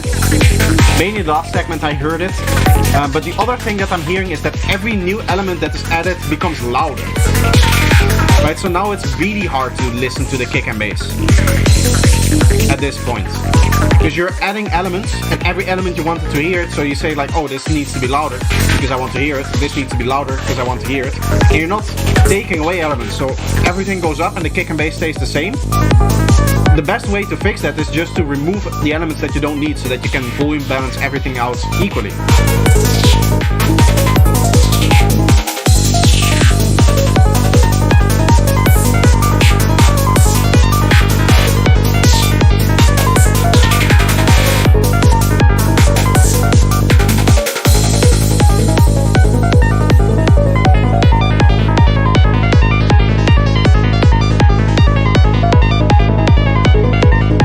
I do really like this sound though.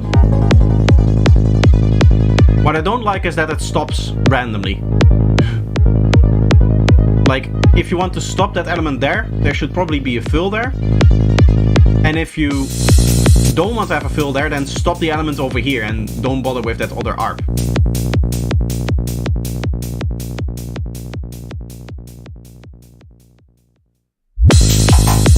Oh. I thought it was already the outro and that the file was just a lot longer than it was. But it isn't. By the way, everything but the snare is mono. Even this like main synth, that should probably be stereo. And even the bass line, I would argue, should be stereo.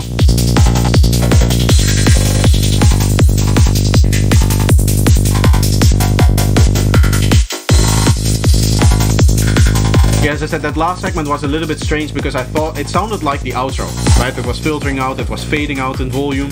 There was no element kind of replacing that. Normally you would suspect if it continues that there is some kind of build up there. But that wasn't the case, so it really sounded like the outro, and I would try to fix that. It still won't work, yeah.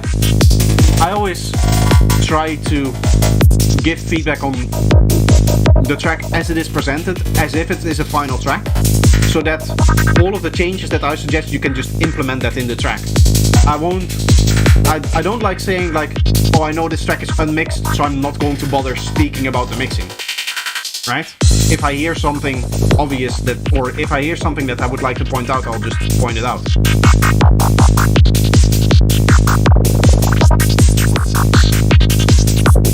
Something that I would like to point out is that I haven't heard a closed hat yet. The hat is just the offbeat open hat.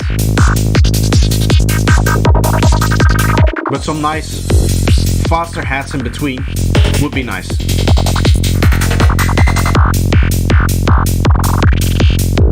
Don't listen to the full track, still working. I mean, I have to wait for Subject Ultra to come back from his coffee, so I might as well listen to the whole thing. Here again, everything is completely mono there. The crash just makes it stereo, but you can see again, we get to complete mononess, which I guess for a kick and bass that is okay, right? Having your kick and bass completely mono. Even though I like a little bit of stereo width on the higher frequencies of my bass line. For synths and stuff like that, it's going to sound very one-dimensional if even the synths and that kind of stuff is completely mono. And here I want to quickly pause it. Here again you can see we talked about this with another track as well, where the kick has frequencies up until 10k, which is okay, that's kind of where you want it to be.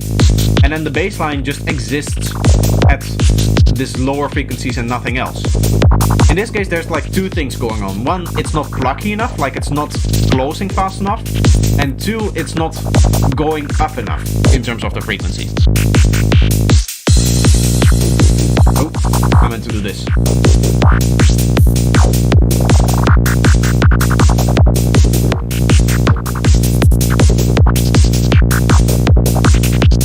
I like the sound design here. I like this kind of running around synth like this.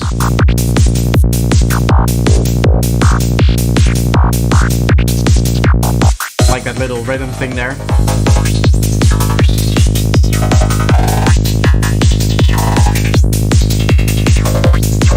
Nice little flanger thing that you're doing here.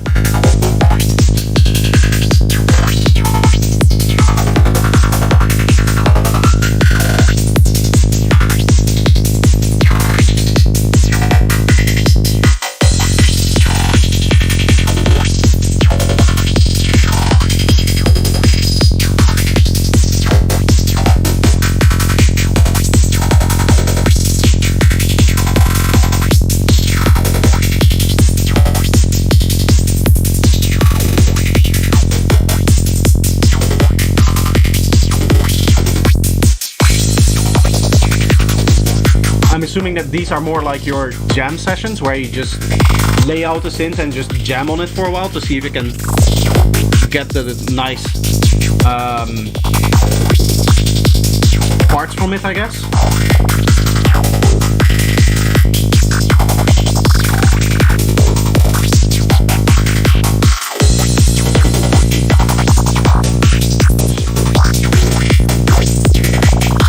I like the key changes that you're doing with your bass. What might be helpful, I don't know if you want to go for it, you don't have to, but some bass melodies as well. Because now the bass line, it changes key, right? It goes up and down in key, but it's whenever it plays in the key, it always plays the root note, and you can do maybe some octaves every once in a while, maybe some actual melodies every once in a while as well.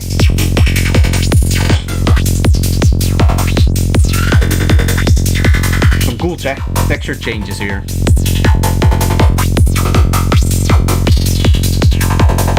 I don't like this track, it feels too empty. As I said, I think this point is the sound design session, as in this is not meant to be like the track. This is just a very long place with kick and bass and drums and stuff like that, that you can experiment on top of it with the sound design. And then he's later going to go back and actually turn that into the track.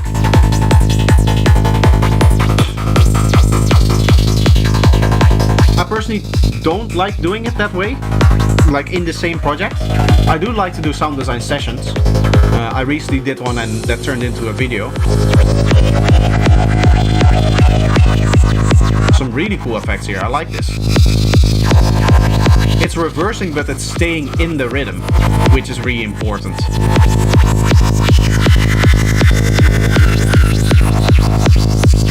I wouldn't do that for a whole section like you're doing here, but you just take a little segment of that with it reversed. That could be really nice to just place it every once in a while sporadically as like an effect or something like that. The way I like to do my sound design sessions is, I did a video on this recently, and you can actually get this pack. But I have this pack of just files that are really long.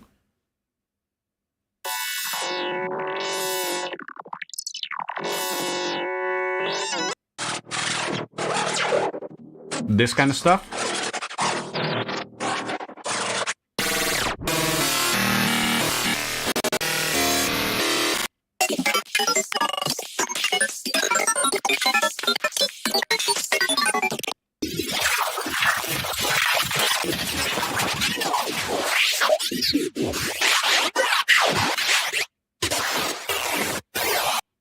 I can just take all of the interesting bits from that and just drag that into my track. I did the video on that very recently on how I would then go about actually arranging a track from that.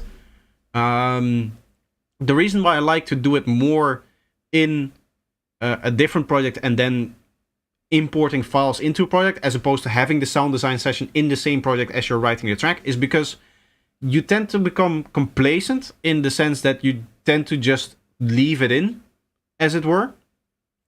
Whereas if you have all of the sound design in files, you have to write the track out of that. So for that reason, what I would suggest is if you're doing sound design sessions like you're doing the way that you have it in your way, where you just lay out the kick and bass for a very long time and then just experiment on top, which a lot of people like to do. Render out those experiments, put them in files and just drop them into a folder like I have over here.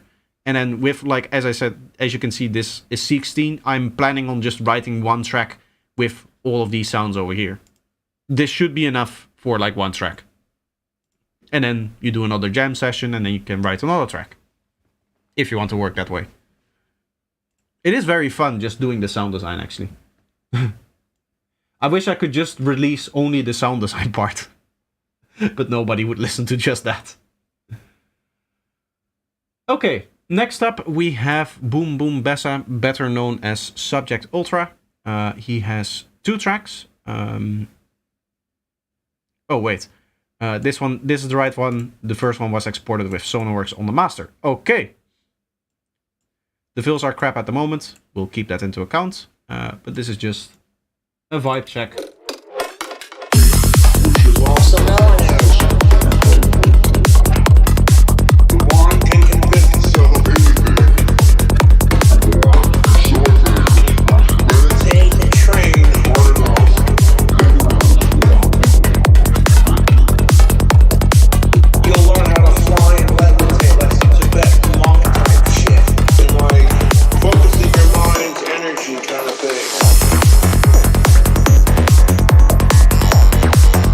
like it. I like that you left a lot of space for the vocals. Now this is the point where we can really start building up the energy.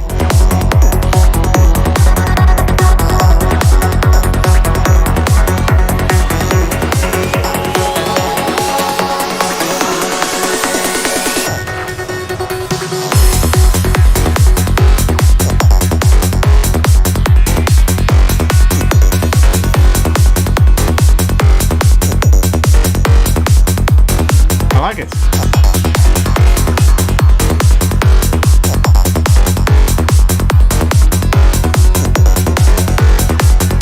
I guess the main synth that is doing the impact here, the thing that is on the verse segment of the bar, should probably have a bit more high end, so that it comes through a little bit grittier.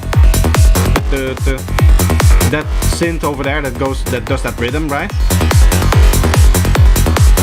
I believe it's this thing. I believe I am pointing at this thing over here, somewhere over here as well. This bit over here, but it's that main impact synth kind of thing that should have a bit more grittiness, because that would be, I suppose, the main element of this segment. It doesn't really have a main element in that it's just a whole bunch of sounds kind of playing, but if I had to choose one that should kind of define the rhythm of that part, it should probably be that one, and for that to work, I would like it to just stand out a bit more. And you can do that by giving it more high end. I wonder how big the difference is with the Sonarworks on it. That's massive.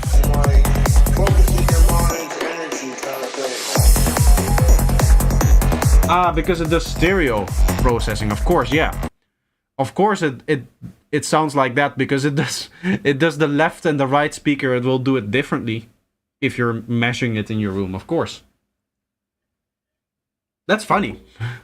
That means that what you're hearing, technically, when you're playing it with Sonarworks, is your kick and bass in stereo, because it EQs them differently on the left and the right. So you'll technically be hearing your kick and bass in stereo, even if you're not producing it in stereo. That's kind of funny. I never expected that, but you can hear the kick and bass sounds like it's coming from back here, as opposed to this.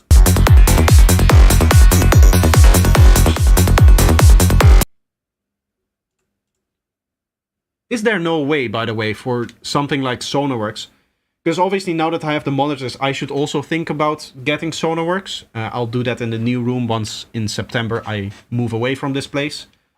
But is there no way to have it in a host like this? Or after Voicemeeter, for example? Because I wouldn't want to export and continuously have to worry about the Sonarworks plugin being on it or not. It sounds shit everywhere except on my speakers. Nice. It did sound very funny. It was a realization that, oh yeah, it's going to sound stereo, the kick and bass, because the left speaker is probably getting a different measurement than the right speaker. Because you do it one at a time, right? You put in the microphone and it will play something from the left speaker. It will do its measurement, and then the right speaker it will do its measurement.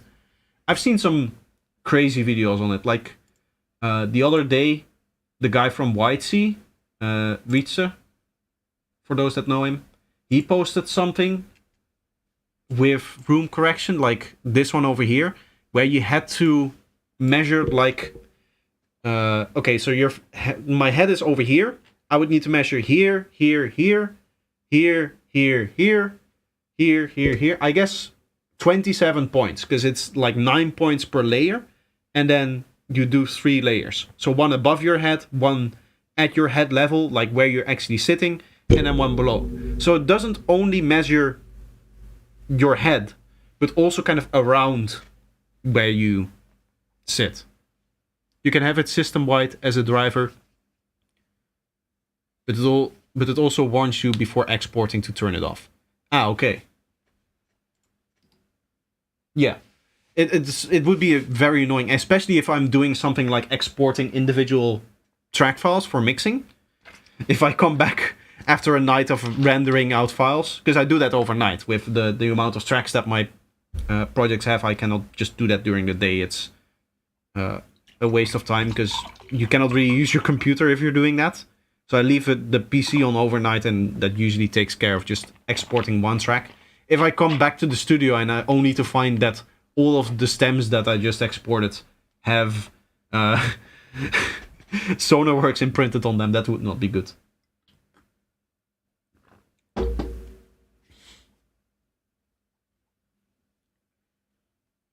You can also route the audio around it for the stream, so the stream gets raw audio.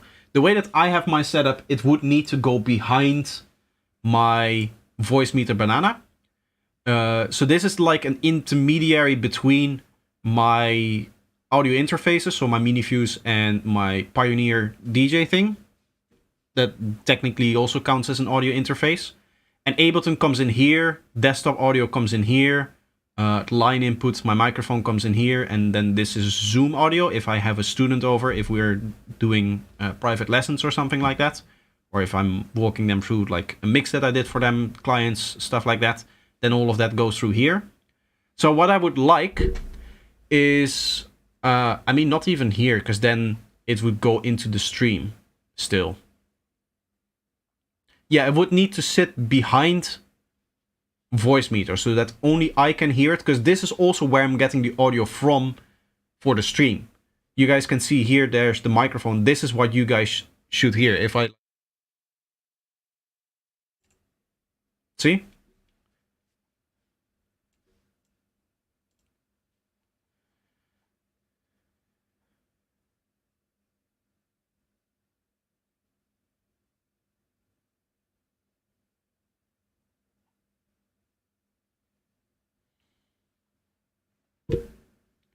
Also an idea to mono the tracks from the submitters, checking on mono compatibility.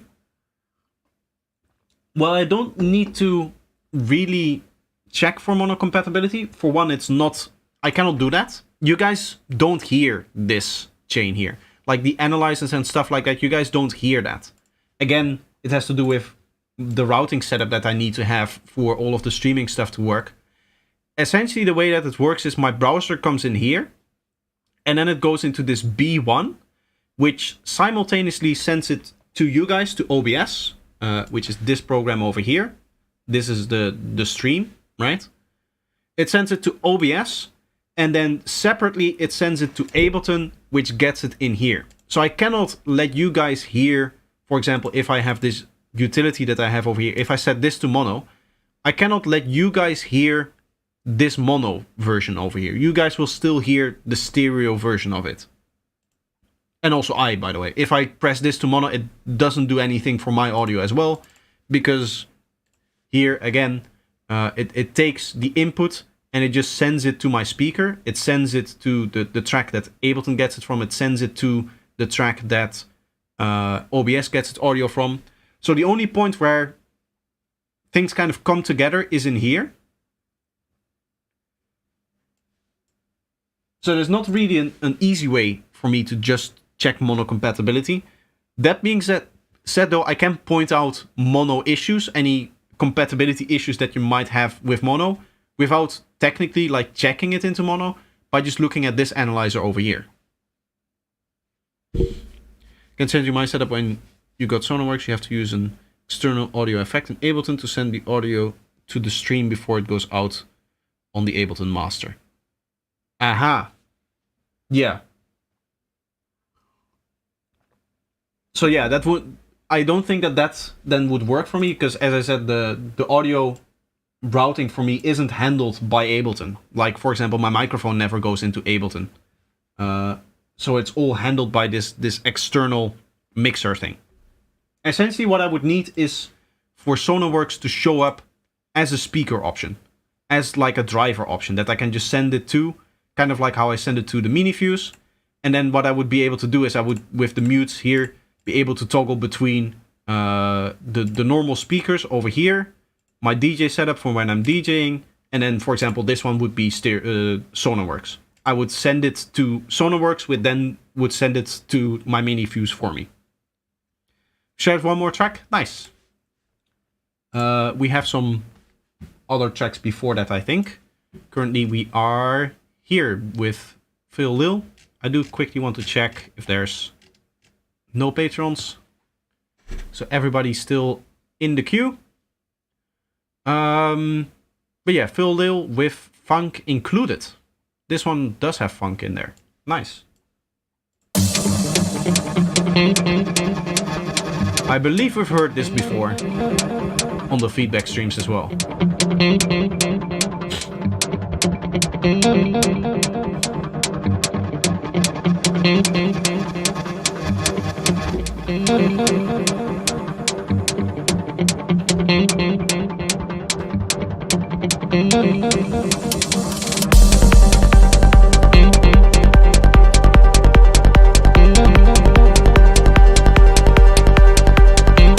You have a very wide arp in here.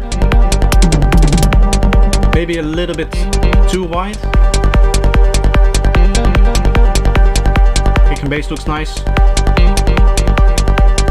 Honestly, it may need resampling for this little bit, but this is not important, right? Like, this bit is not important. What we're really looking for is the transients kind of not having any issues, and that doesn't seem to be the case here.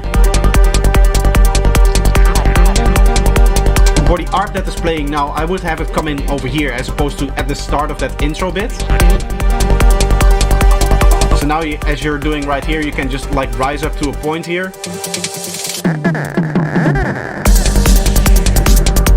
And then here you should go into some new synths. I think I can still hear the arp. I would turn that off then, because you're going into the same thing again. That usually sounds like it's like not really progressing all that much. Is this feedback only for psytrance or is also other music genres? You can submit whatever you want. I'll listen to anything.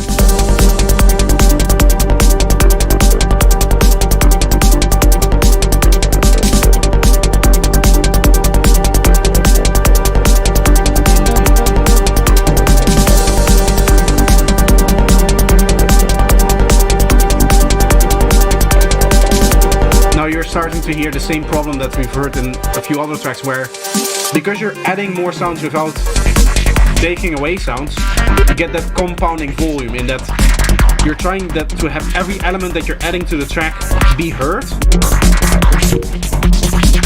The open hat just kind of comes in randomly. The closed hat too. That's very strange. But it sounds like you have so many elements that you want every element to be heard when you're like adding it to the track, and so you up its volume, and then you add the next element. Oh, I want this element to be heard as well, so I'll have to raise that volume as well, and as well, and you just raise up until the kick and bass is just completely unclear. Like for example, when this sound is playing over here. And now with the same arp coming back, you can again start to hear that it takes away from the main elements, or the elements that are actually important.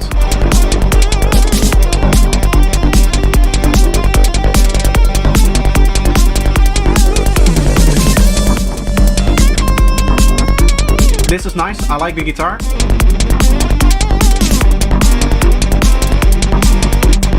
There seems to be like some low rumbly synth thing happening in here. Personally, I would just completely delete that. I believe it also plays in other sections, so you don't really need it here. And it again takes away space that you would need for something like a guitar like that.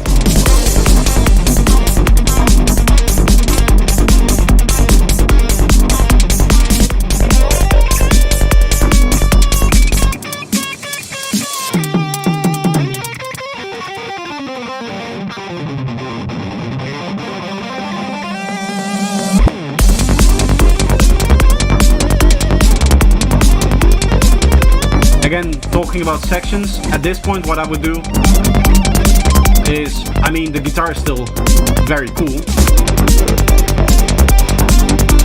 but maybe double tracking it so that it becomes wider at this point. Again, this like low rumbly thing that is just kind of playing random rhythms is starting to take over again. I personally don't like that.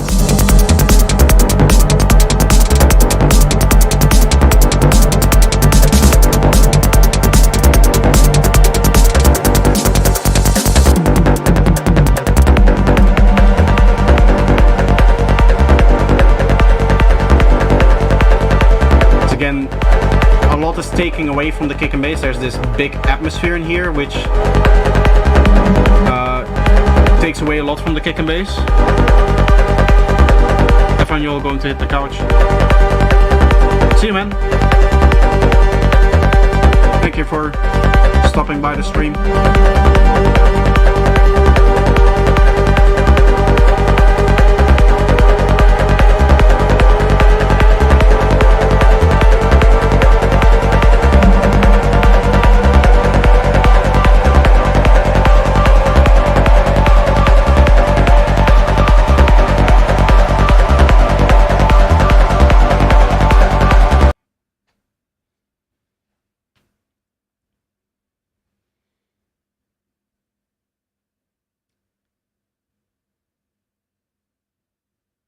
The kick is in the background, a bit too friendly, maybe a bit harder. Yeah, as I think the way that happens is, again, the compounding of elements. Like, every time you add another element to your track, you want to hear that, and therefore you turn its volume up so that you can hear it. And like that effect, together with that, I think you're adding a few too many elements to each section, means that it's hard to hear the kick and bass at a certain point. Like, it just gets overtaken by some of the elements. You can hear that towards the end here as well. The ARP just starts rising and stuff like that, and then it really overtakes.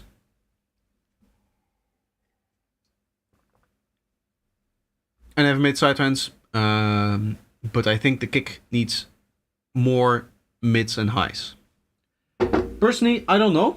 Let's see if we can find the part where the kick and bass is playing on its own. I don't think there was any, right?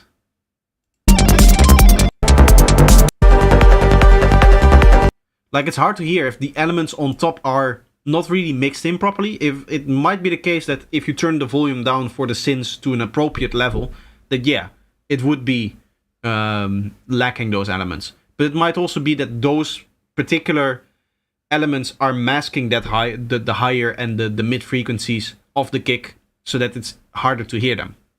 It may be the case that you're right, that the kick itself needs more of those frequencies, but I think it might be the case that it's just a mixing thing, that you turn down those synths to an appropriate level, then it won't be an issue.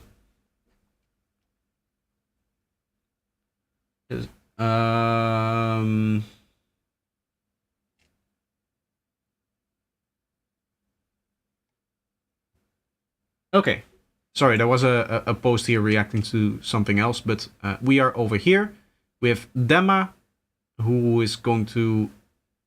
Sorry, Demma with Psychedelic Brain. Sorry, getting a bit of a brain fart there. I don't know what happened. Yeah, 149 BPM G sharp, 24-bit. Nice. Nice high quality export. It's going to take a while to load, but should be okay.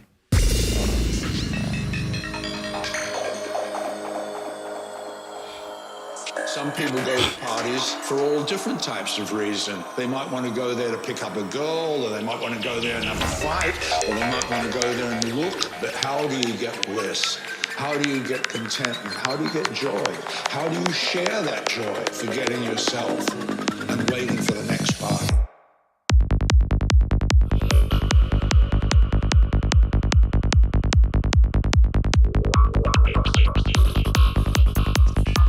I like it.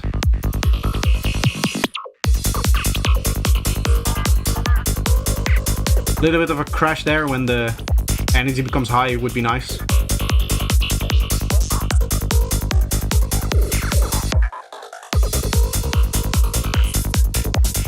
This is nice. You can see we're in high energy territory, right? All of the drums are playing. The synths are nice and fast and doing their thing. There's no like slow movement happening. And if I pause this, you can still clearly see the kick, the first bass note over here, the second bass note over here, and the third bass note over here. This is what you should be aiming for mix-wise. Just as like a simple waveform check. Obviously that's not the only way that you do mixing. But that shape should be consistent throughout the whole track.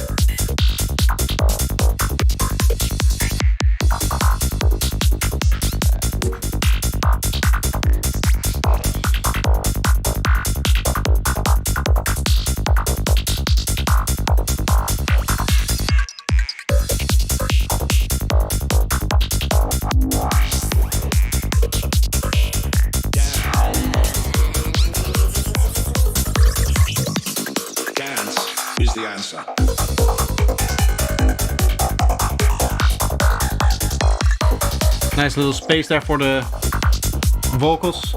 Really cool. You lose yourself. Because when you dance, you forget your status, you forget your future, you forget your past. It's unfortunate that I went to Burning Mountain last year where Safari by Omniki was like the anthem, which used the same vocal. So I've heard that vocal many times now.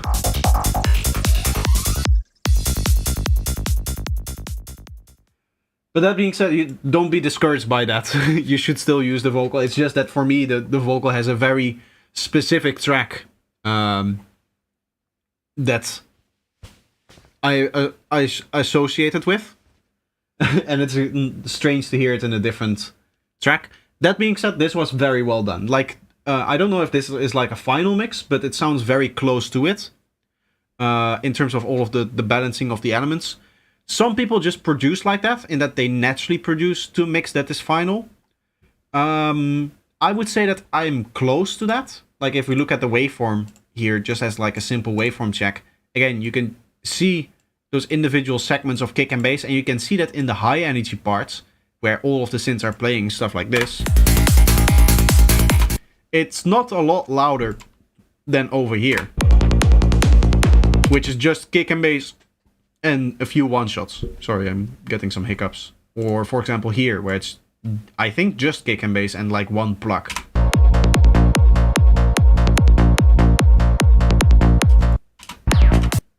Right? It doesn't change too much in terms of how big it is in terms of the waveform.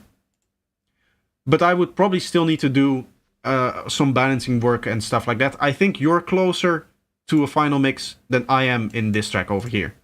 Which is really good if you can produce like that. If this is how you're producing, if this is before you're like actually doing the mixing process of your track and like the mastering process, obviously this wasn't mastered, it was very quiet. But then that might be very beneficial for you if you're able to work that way. I don't think everybody is able to work that way. It's going to obviously depend on like your workflow, but this sounded very nice, very well done. That means that next up we have Hub Hub Work in Progress 2. Before we had number 1, and here we have its little brother. Immediate start. Very loud bass line in comparison to the kick.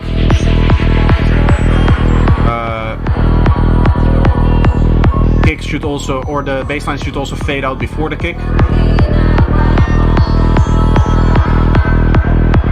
The vocal that you're having in here should probably be in the intro, because it sounds very backgroundish, it's hard to hear.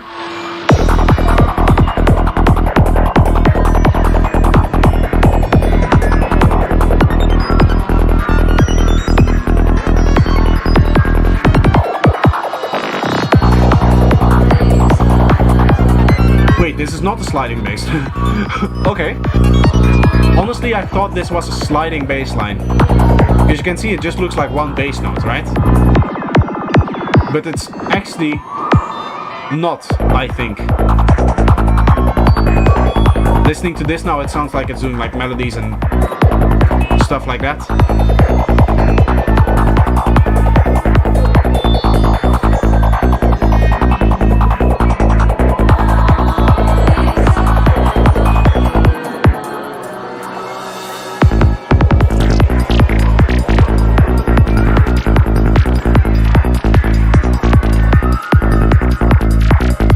I don't think I'm a fan of this weird polyrhythm that you're doing with the bass.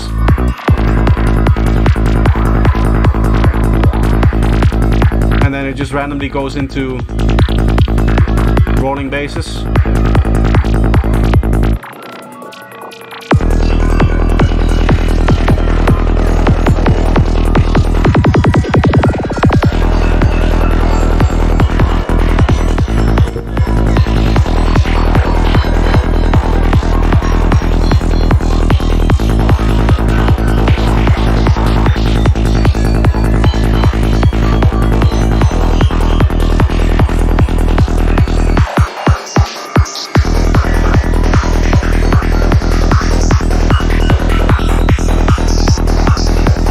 again, a little bit too much going on in terms of the sound design. The level of the synths is okay. It's just hard to follow what is going on with the constant changes in the kick and bass that were happening before. Now it seems to... I was gonna say, now it seems to have stabilized around trying to be an actual Psytrance track.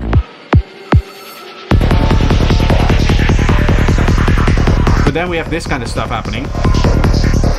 Here there's no resemblance of resampling or there being a kick drum or anything like that. We have changed BPM now, but only with the kick and bass.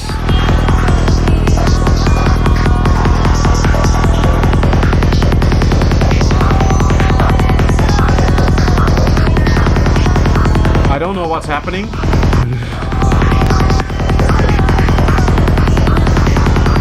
There's a vocal in here which sounds really out of tune.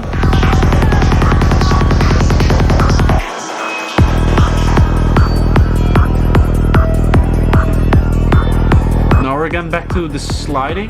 Is this a sliding bass or is this a rolling bass playing really fast? I think this was the same guy that had like a very low bass the last time, right?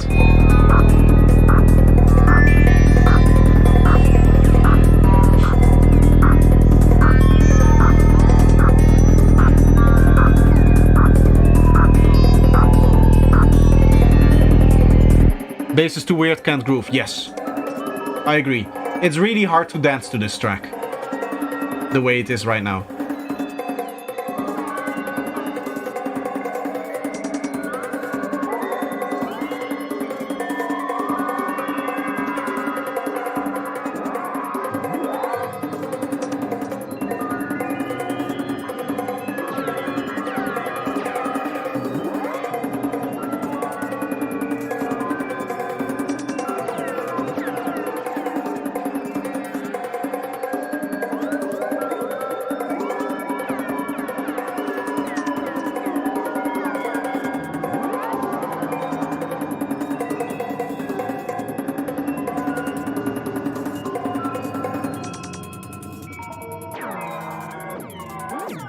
Like, the sound design is very, very cool what you're doing. It just doesn't make sense in any kind of structure. The track is C minor and the vocals are A sharp major. I would love to be able to just hear stuff like that at some point, but I can't. I cannot hear anything like that. But I could hear that it was out of tune, the vocal. But being able to hear the key like that in a track while all of the other things were playing with how quiet the vocal was, that's very impressive.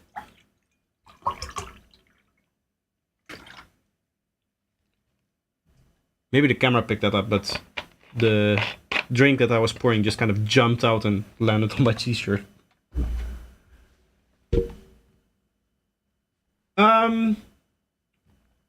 Yeah, strange production. I'm not sure what to say here. Normally I say something like, I did enjoy that, but this and this and that. But to be quite honest, this was a little bit of a rough listen. I'm not gonna lie here. I think that that's one of the strong things about this feedback stream is that I tell you my truth, what I actually believe in. And to be honest, this was quite a hard listen. There's no semblance of structure to it. It's again, it has that issue where the producer has the project in front of him, so he can see everything that is happening in the track, and he is constantly like listening to it. And as he's producing out and making more and more and more and more cool stuff, you know, just the cool things that we like to add to the track, or this sound design is cool, oh, that little fill idea is cool, oh, this bass variation is cool, I'm going to add all of that to it. They forget that the listener does not have the project file in front of them for 40, 50 hours while they're working on the track. It was for a heavy drug usage track. I mean, what kind of heavy drugs? I mean, I have taken some heavy drugs, but there's nothing that resonates with me that would say like, oh, this would work well with that drug.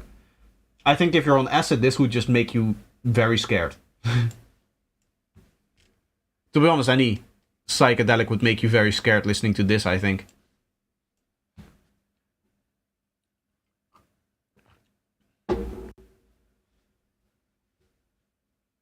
It is cool. No, again, I do feel like I need to say something positive before we move on to the next track.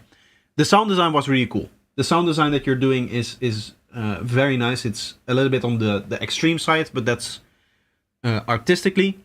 The point is, if you're doing something so very chaotic in terms of sound design, and you're trying to layer 5 different sound design sequences on top of that, you cannot also have the most chaotic structure in the world. So it needs to be somewhat... You need to be somewhat able to follow it, right? Next up, we have Dark Electro Bass House.mp3 by Mr. Low Data. That's here. So this is not a psytrance producer. For everybody wondering. The person that we're now talking to has no interest in psytrance. Was experimenting. I mean, that's good.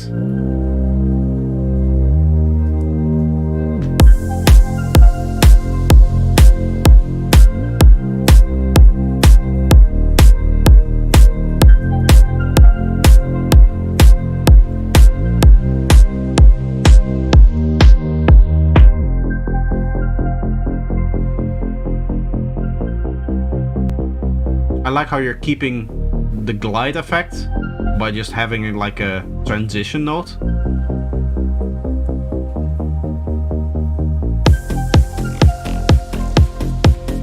This is a different kick.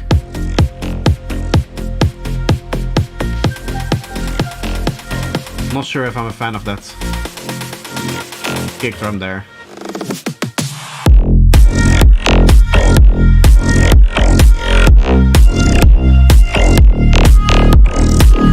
That sounds very nice. I do see some issues. I see a lot of bleeding into the kick transient. You can see it, for example, happening over here, where this kick is just kind of wonkied up, and this one is also looking strange. What is probably happening is that there's sidechain that is coming in late. I don't know what you're using for sidechaining, but if you're using something like Eleventh, which I recommend for this kind of stuff, it would be nice to kind of fade down before the kick happens. Because let me show you what I think is happening here. I think you're using kickstart, right? For the sidechaining. If I go in... I don't have kickstart, but if I go in here... No, it's the same kick? Okay. It sounded different to me. It sounded different there. If you're... I use Eleventh. Do you perchance use Eleventh like... how is it? So the normal sidechaining shape is like this, right? I would argue you would do it something like this. So that it starts going down before the kick plays and then it goes up again. But what I see in like kickstart is that they do this, where they have a sidechain that looks like this. Which can work as like a creative kind of effect, but here, or it would look like this, right? The sidechaining. This can work as like a creative sidechaining, like a creative pumping effect on some kind of sound. But when it comes to separation, you don't want to do it like this, because this is still going to ruin the transient of the kick that is playing over here. So for like surgical separation sidechaining, you would look at a shape that looks like this, where the kick, where the sound kind of ducks down before the kick plays, so that the kick has a little bit of space or a little bit of breathing room, and the transient kind of completely comes through.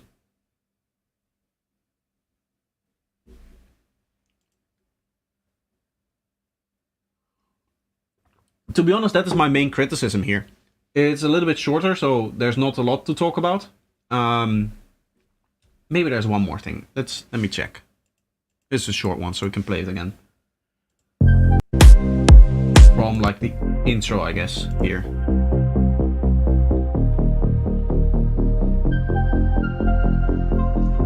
What I want to see is if the kick that you're using for that build-up is at full volume or not. Yes. Okay, so what I would recommend here with this kick is to slowly faded in volume, so it doesn't have the total loudness that the kick is going to have in the drop itself. That way you get more impact out of the drop kick as well.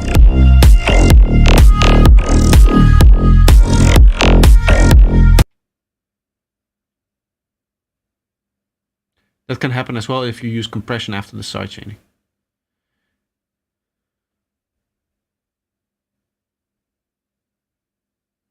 I made like a normal sidechain. Beginning is... aha! Then I know what's going on. This is going to need a little bit of a lot of explanation.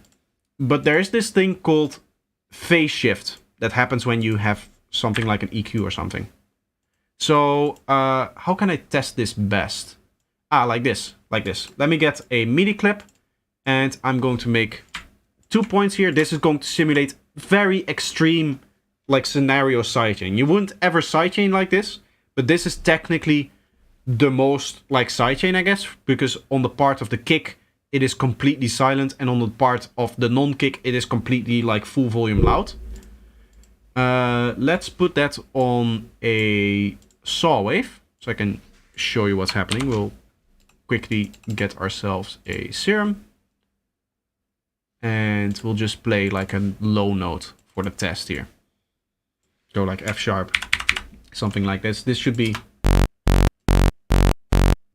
yes, get this nice low saw wave note, and it's going to look like this.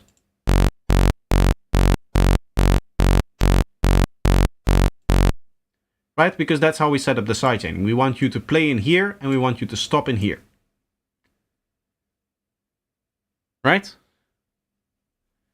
So what can happen? Let's say that you have on your master chain, there's maybe an EQ. Maybe you're the kind of person that likes to produce with an EQ like this on your master chain, or as the last track in the mixer, or anything like this. This is a big no-go when you're dealing with very surgical stuff. Because look at what this EQ, without actually affecting the frequencies, right? It's lower than the minimum frequency that it plays. Because here's the lowest frequency and the cutoff is here, so it shouldn't affect the frequency here. Look at what it's doing to the shape of this waveform. It dives into the sidechaining. That might be what is happening here. It extends this part here, so you cancel out your sidechaining, right? If you look at this part over here, you'll see that there's no such thing happening. It just completely goes to silent. Whereas with an EQ like this, because of the phase shift introduced by the high-pass filter, it lengthens those frequencies and it delays those frequencies. You can kind of see it taking a while for it to start playing, and it takes a while for it to stop playing as well. This is why there's this huge debate on should you use high-pass for loud mixes or not, because while there might be some rumble in here or some unwanted frequency that you're technically like filtering out, it comes at the cost of this effect happening where stuff starts to bleed into the next transient, or sidechaining starts to be undone or stuff like that. And so that might be what is causing your issues with the transient bleeding. Maybe you have that on your master chain and you just forgot about it. That might resolve that kind of issue. What do you think about the bass sound design in the drop? It sounded nice. It sounded good. I have a little policy on my feedback stream is I don't point out too many good things because I don't want to continuously be talking over the track while I'm playing it. So me sitting here saying like, I like that as well, that doesn't really do a lot for the stream, I guess. So I tend to refrain from that, and I get that when people are new that they might not get that. So I sometimes come off as like overly negative about the track, but I only really want to talk so that you guys can hear the track as much as possible and also maybe contribute with your opinions. And I just don't want to be talking all the time. I know what the problem is. See? There's probably a high-pass filter from the master, right? Because this is the way that the waveform looked, it was like a telltale sign of either the sidechaining coming in late, or if that was not the case, if you're using the LFO tool the way that you said you were, where it shaves it off earlier, and it doesn't go down like over here, then it's probably some kind of high pass filter kind of delaying frequencies. I use disperser for the bass, and the disperser makes a little delay on the bass. Yeah. Well, in that case, you can move it behind. If you move it behind, by the way, there's no issue here. Again, I've just moved it around, right? Now the high pass that you might want is before the sidechaining. It gets... Oh. It gets affected... it doesn't get affected by the... Or the side... It doesn't bleed in anymore because the sidechaining is after it. It still changes the waveform though. This is no longer the normal saw wave that we saw, so we still have the phase shift. It just gets cut off before, because the sidechaining is happening after it. If you're working with like a disperser or something, just do your sidechaining after it. And then you would use a shape that would look something like, I guess like this, right? So you leave that little gap before the kick plays here, and then it just slowly comes back in.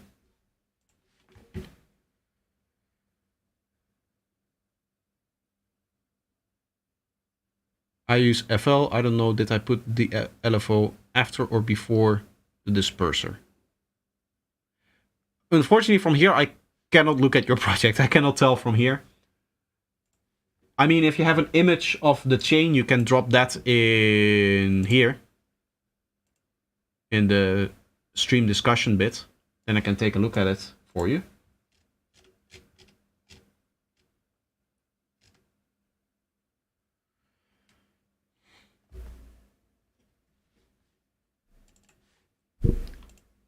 In the meantime, I am going to continue with the next track. We have Psychotropic with Quantum Birth. Very cool name. I like that. My first Dark Side track. Let's see. I think that click, by the way, was... And this one as well. This is the interface messing up, but the other one was maybe some audio issue of mine.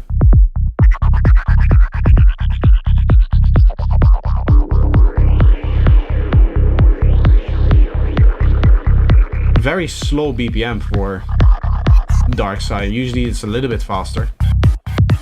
Not that it doesn't work, it's just something to consider. Ah, there we are.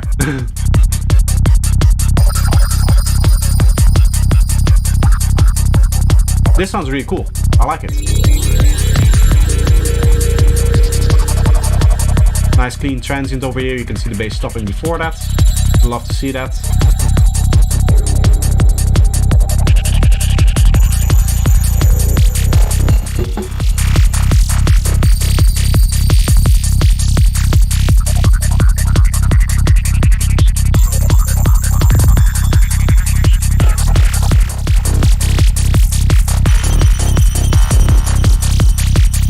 Can you elaborate on the phase shift caused by high-pass filter?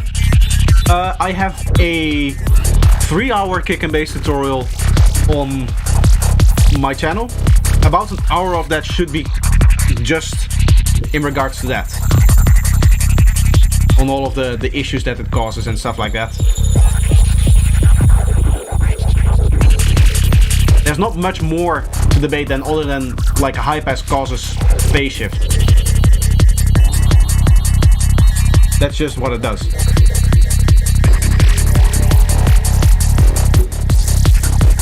In fact, a high pass is phase shift.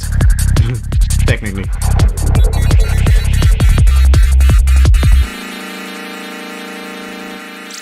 Lovely sound design over here. I like the... That was strange.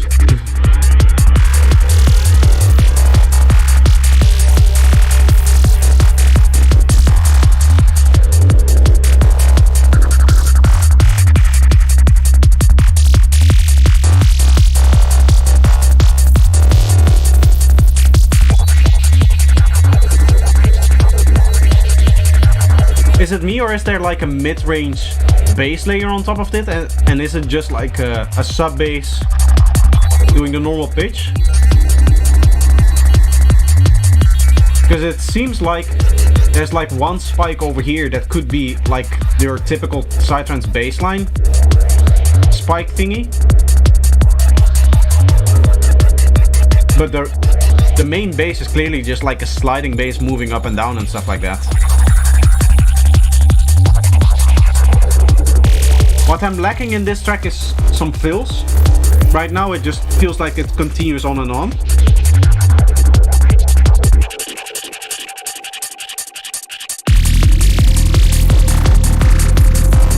The only like fills and things that are happening is when there's like a change in the bass, and it sounds like it just goes on for like 32 bars continuously. It would be nice to have maybe some kick fills every 8 bars and then 1 bar fill after 16 bars.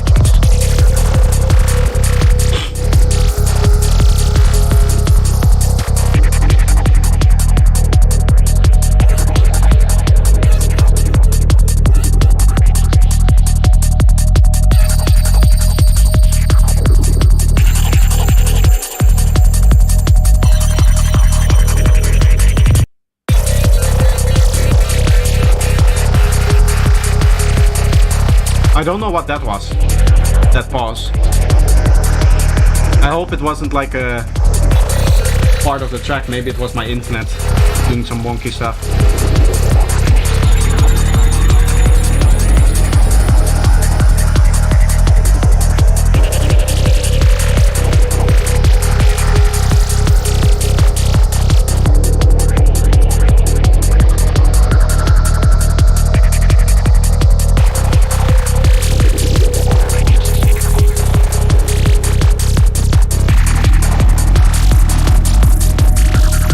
I do hear some synths, like mainly this one that's playing here in the higher frequencies that is completely mono. What I would like for especially this high frequency stuff that sits on top of like cymbals and stuff like that is I personally like to make that very wide. So that it gets that over the top wide feeling and it allows your main hi-hats to kind of come through more. Because the hi-hats are more important than those synths, right? Because the hi-hats is what we kind of groove to together with the kick to dance. At least in the high energy parts.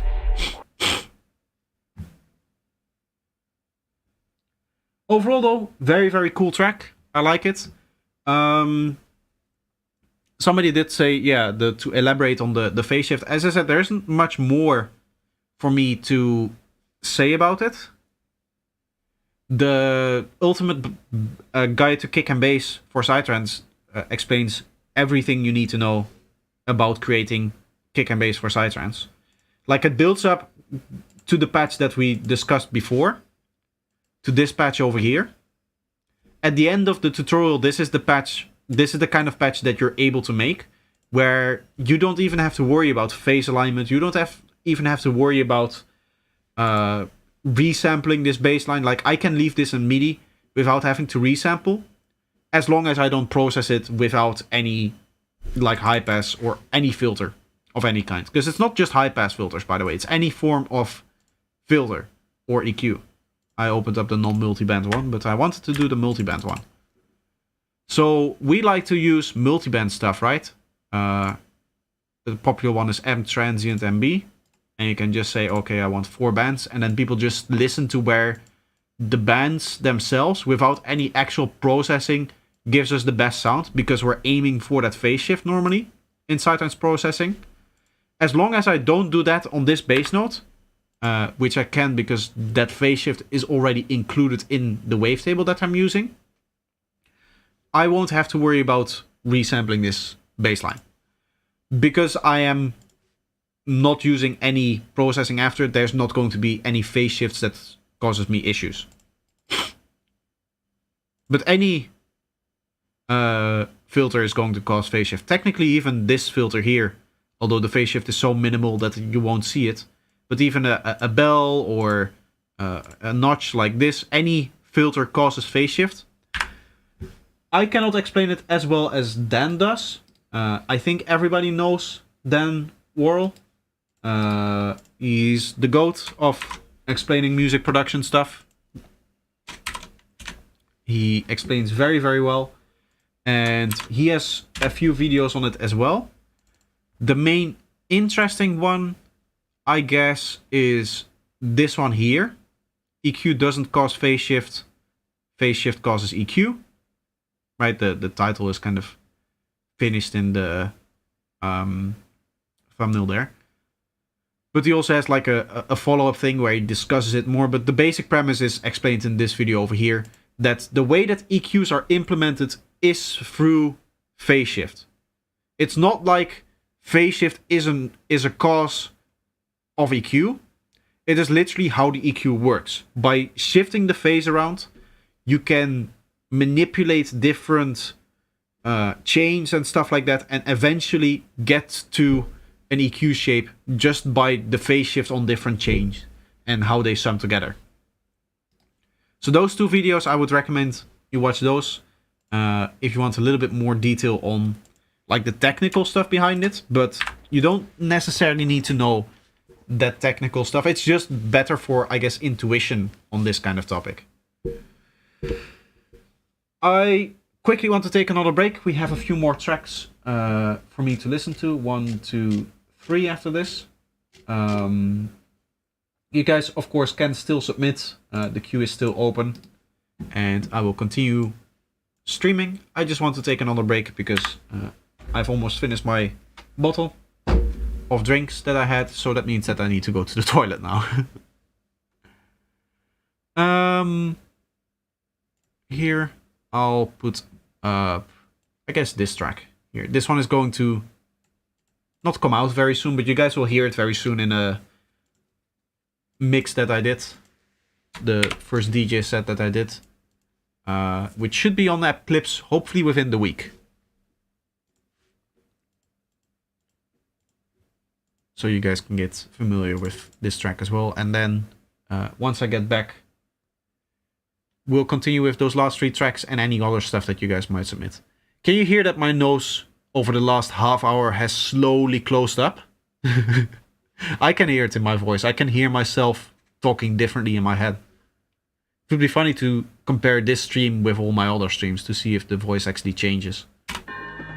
But it feels like it changes for me, for sure. Anyway, I'll be back in a little bit, and I hope you guys enjoy the track. I would say this one is better than the last one that I put on for the break.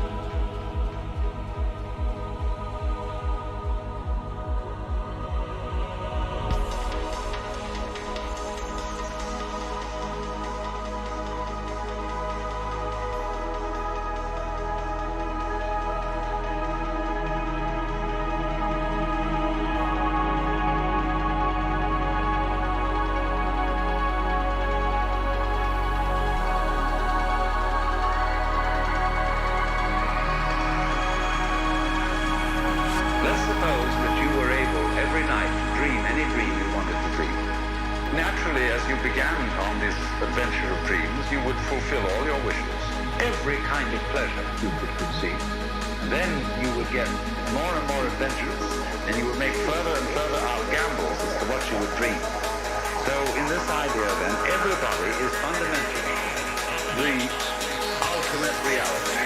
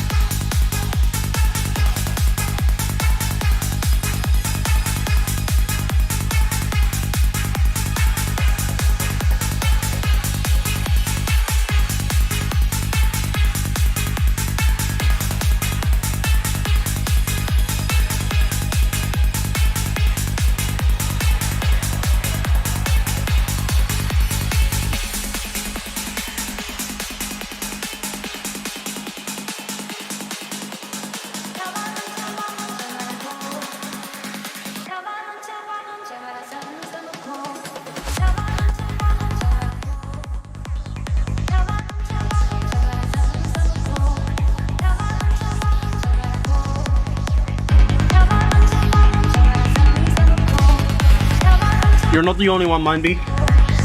I also really like this track.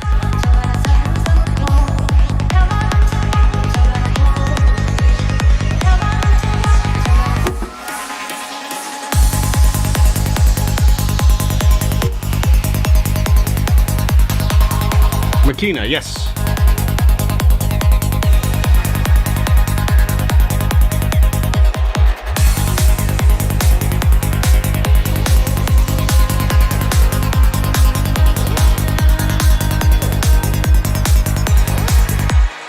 This is probably the favorite track I have produced of mine. Like my favorite. It's kind of like choosing between all of your children, but as far as children goes, this is the best one.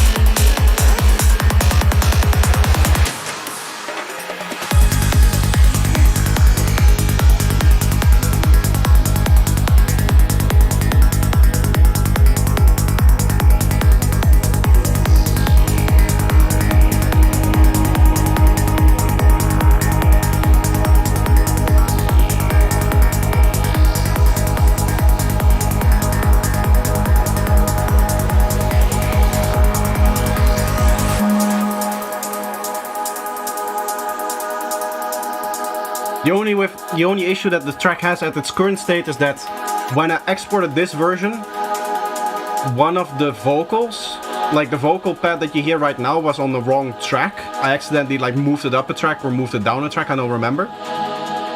But that means that it's louder than it's supposed to be. Which, funnily enough, kind of worked out for me.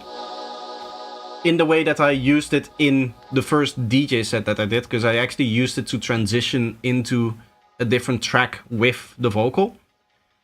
On accident, like completely on accident. Because I suck at DJing still. What is the scope called in the middle that shows the difference in colors and frequency? So this is a waterfall display. All of them are Signalizer. If you have Ableton, you can download Signalizer, and somewhere in here, in resources, there should be... let me see if I can find it. It doesn't find it by file name.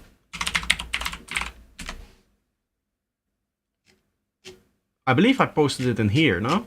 A while back. I posted the... like the file that you need to import in Ableton to just have the analyzers open up, the rack, I guess. Yeah, it's over here. So this is the analyzer rack, and then it will just open up like this for you guys as well, if you want to completely copy it. But if you don't have Signalizer, if you're on a Mac where Signalizer doesn't work, or if you don't use Ableton, then Signalizer won't open up for you like this. There is like different settings in here. As you can see, there's a lot that you can do. But then you can set it to color spectrum over here in the spectrum mode, and then you should have this spectrum over here. And then maybe some settings might be different, like the timing and whatnot. Upper limit, lower limit, I don't even know if that affects it in this case. Anyway, let's see. Where were we? I think we played this one. We have 3 more. Yeah. Okay, so we're here at SciActive. I tried to mix a bit since last time, but I'm struggling a little on my headphones currently without my calibrated monitors. Okay. I'll try to judge the mix a little bit less then.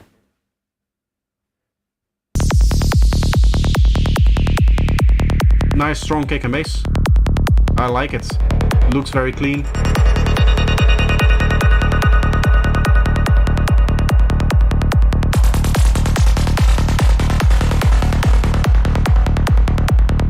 A little bit long of a one shot there.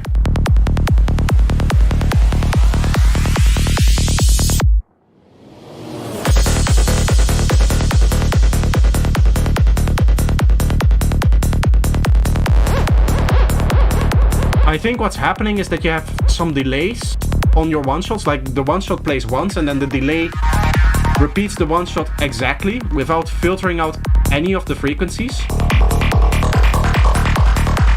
Usually when I add a delay, I like to remove some of the top, remove some of the bottom sometimes. Nowadays I just use the Echo Boy one, which has these like filter profiles in here. You can also just high cut or low cut something, maybe something like this when you're delaying it. But this works really well, just kind of selects a frequency space for you to delay it in. What that does is it makes it so that when your one shot plays, it plays once at full power and then it kind of minimizes. So we can really hear that the one shot kind of stops here. For you, it sounded like they're really fading out.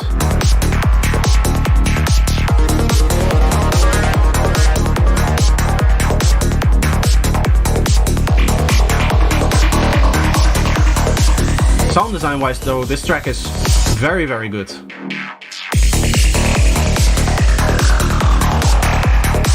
Snare is a little bit on the loud side.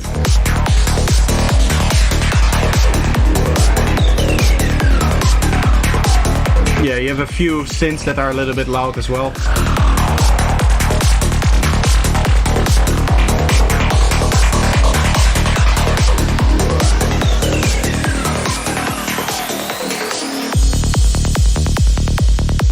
Here's a fun observation. This person has their kick higher than their bass note. You don't often see that. Personally, I'm the kind of guy that puts it a little bit lower. I like my sub a little bit below it, but I guess this is like D sharp or something. Right?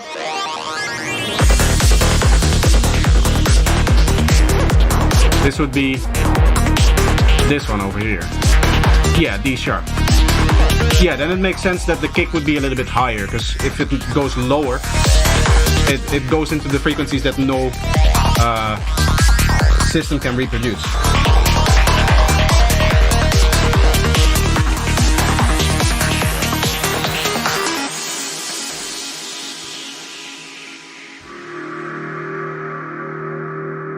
I flew out of my brain. Here as well, it's hard to understand the vocal because the delay takes over completely. You can hear it's delaying almost exactly the same. Even here, the higher frequencies. Parallel dimension.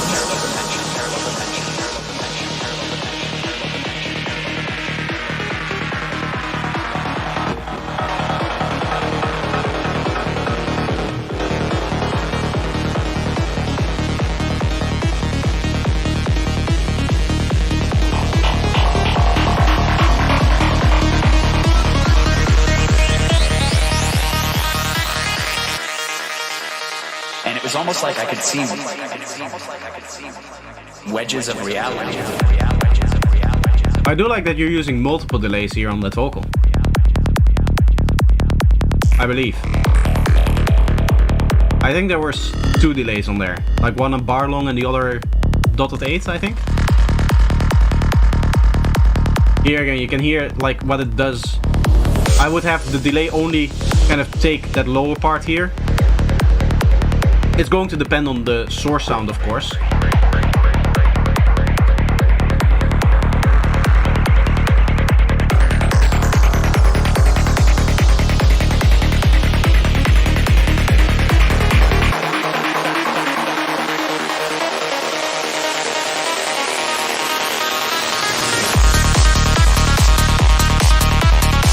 Here, as not really an issue, but something that I like to do stylistically is when you have like build-ups and risers into a drop like this, to just fade them out slightly before the kick, because the first kick feels like it's lacking a little bit of impact.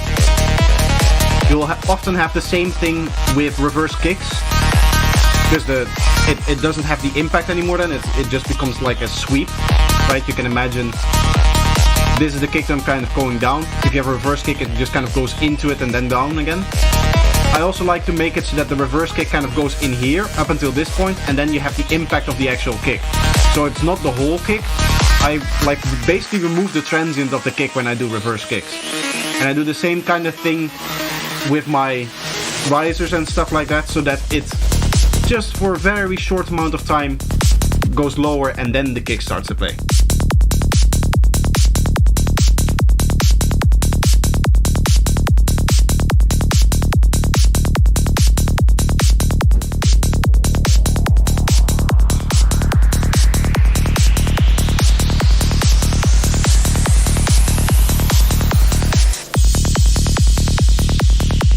This probably needs some more stuff.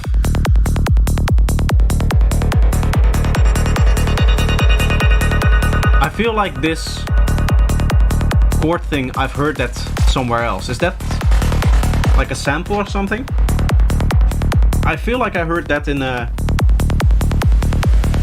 Cambium track. Maybe this is Cambium. Maybe this is Cambium's old account.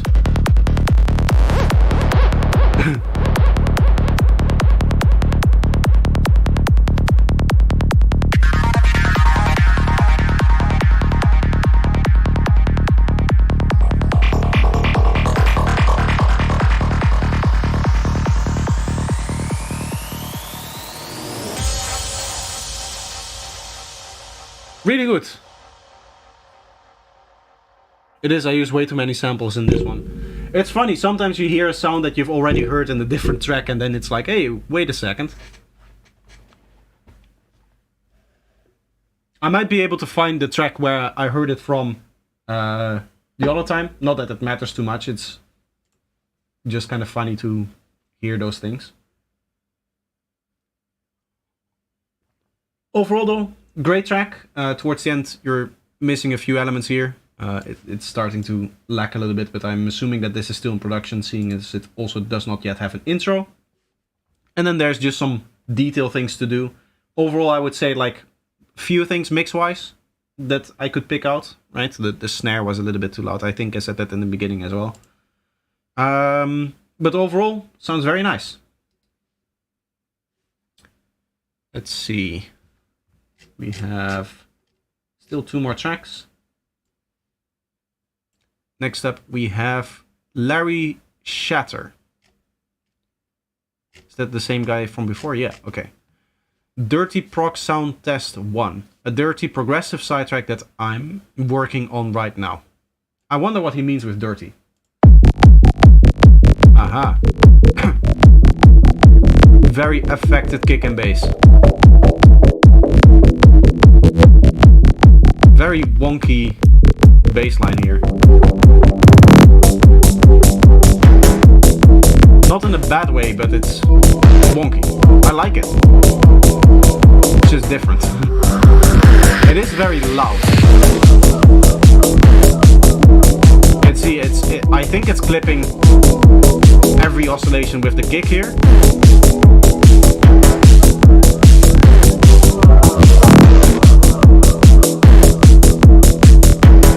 You can also see the clipping happening here, in that the diamond shape kind of gets cut off here.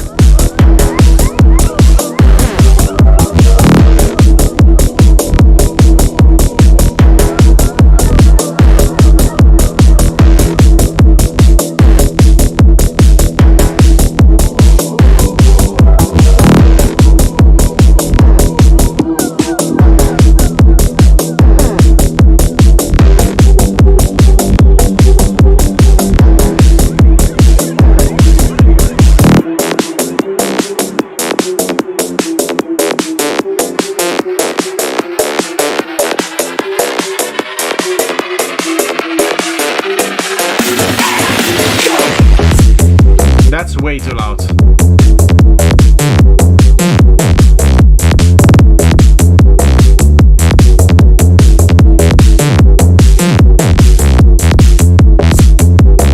Plus 99 laps, yes. This man is attempting to beat Dan.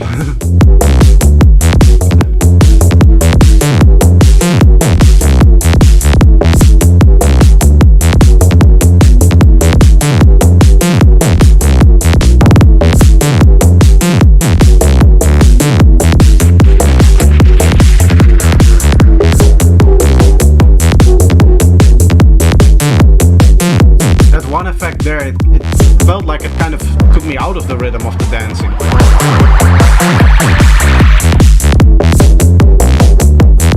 Here as well, you have like a riser up until nothing. Like nothing happens, there's no fill there, there's no change there. I would stop the kick and bass then 4 bars so that the riser actually has something to rise into.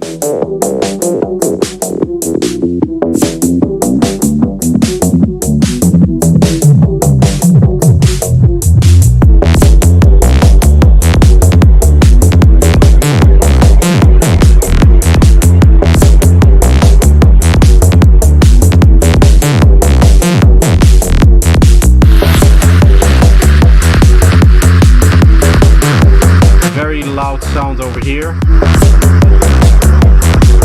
Again, it's kind of downlifting from nothing.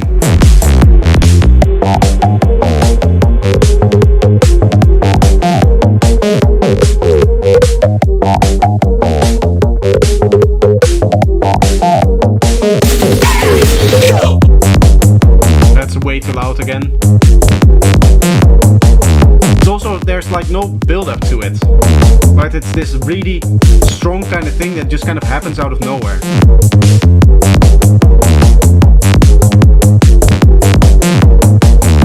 Cool track though, playful and bouncy. Yes, very cool. As I said, I had to get used to the kind of dirty vibe that you have going on, but it sounds really cool.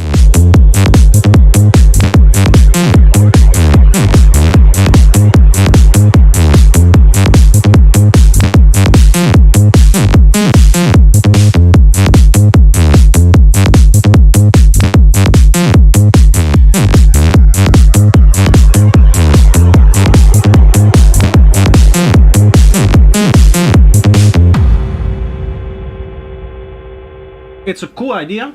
I just think you need to put it a bit more into a structure. By the way, can you guys hear the washing machine going? Does that get picked up on the microphone now? Because now it's like centrifuging, so it's like very loud. If it is, I'll go and close the door. I mean, it doesn't really matter because there's 1 track left in the feedback right now. And if there's no new submissions, that means that the stream will be over.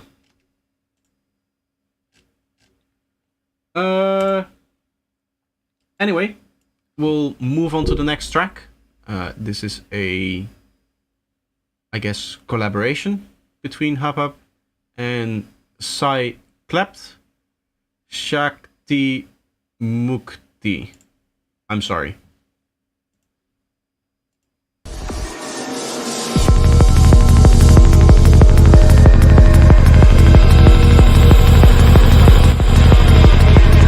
Sorry for the loudness, no worries. I have a volume knob, so I can turn it down for myself. It's just for the stream, it's hard to turn it down. We're getting straight into it with this track, by the way. No cleaning of the kick and bass. I can barely see where the kick is supposed to be.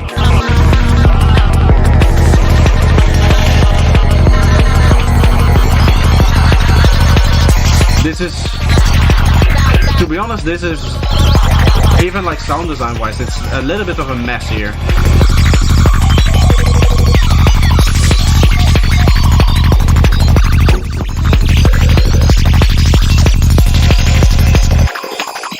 Mix wise, I would argue that the hats are too quiet. Yeah, look at this is a mess. Look at the massive cancelling that is happening on here.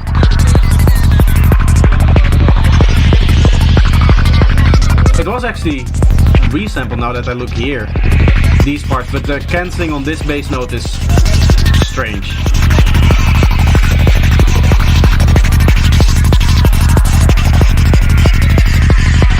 I think what may be happening here is that the bass line is over-processed.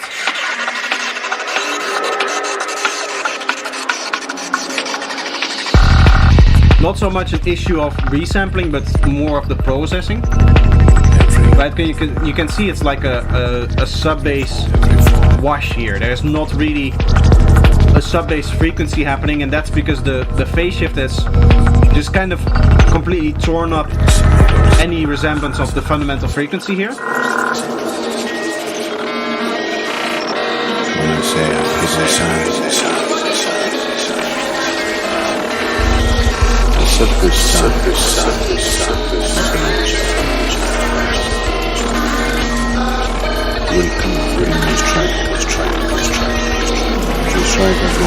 Here I also feel like you're doing too much. You're not giving the vocal enough space to exist, because there's just continuous sound design on top of it.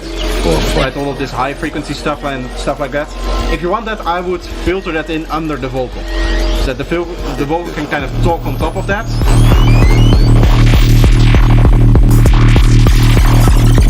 This sounds interesting.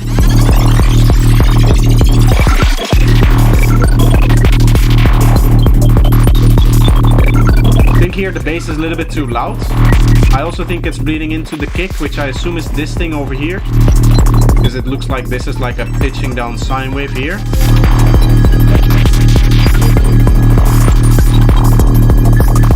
I feel like the bass line here is way too loud, like louder than the kick, and that should obviously not be the case, because the kick is the thing that we're dancing to.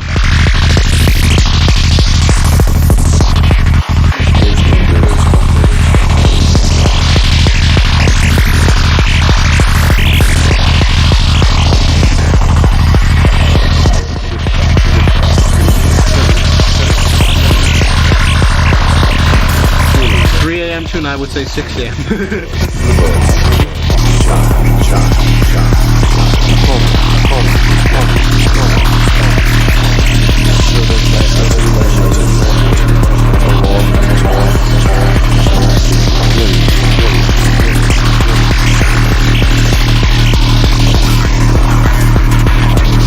I would say indeed, yeah, it's a 6 a.m. tune, but only on the festivals where you don't have to buy coins yet, or what is it called, the credits.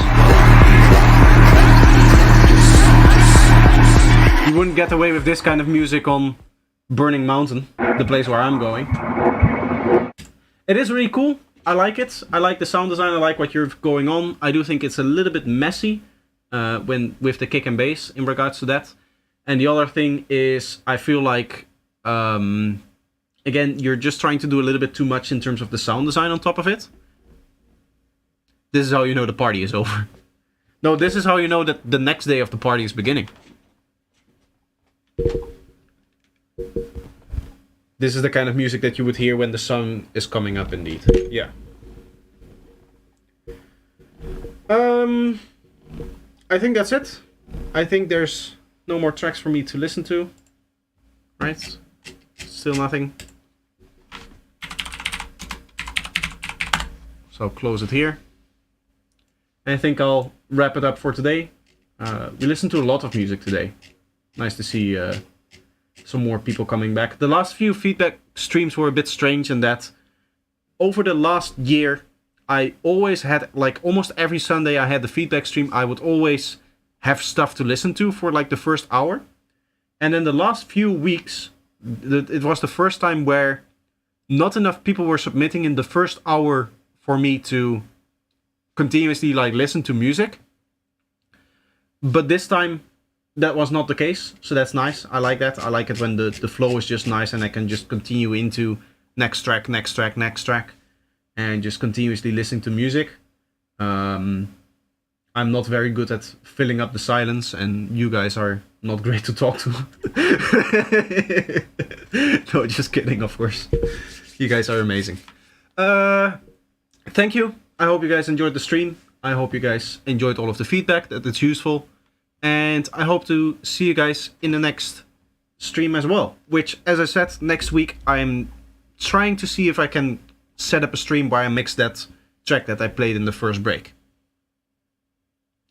So I'll probably set up the stream in the same way that I do now with the feedback streams, and that the notification goes out a little bit early, so that you guys can set out the reminders and stuff like that. I don't know the day yet. I'll have to look for it. I'll have to schedule it, and it will depend on a whole bunch of different things. But yeah, thank you guys for watching. I hope you enjoyed the stream, and I hope to see you in the next one.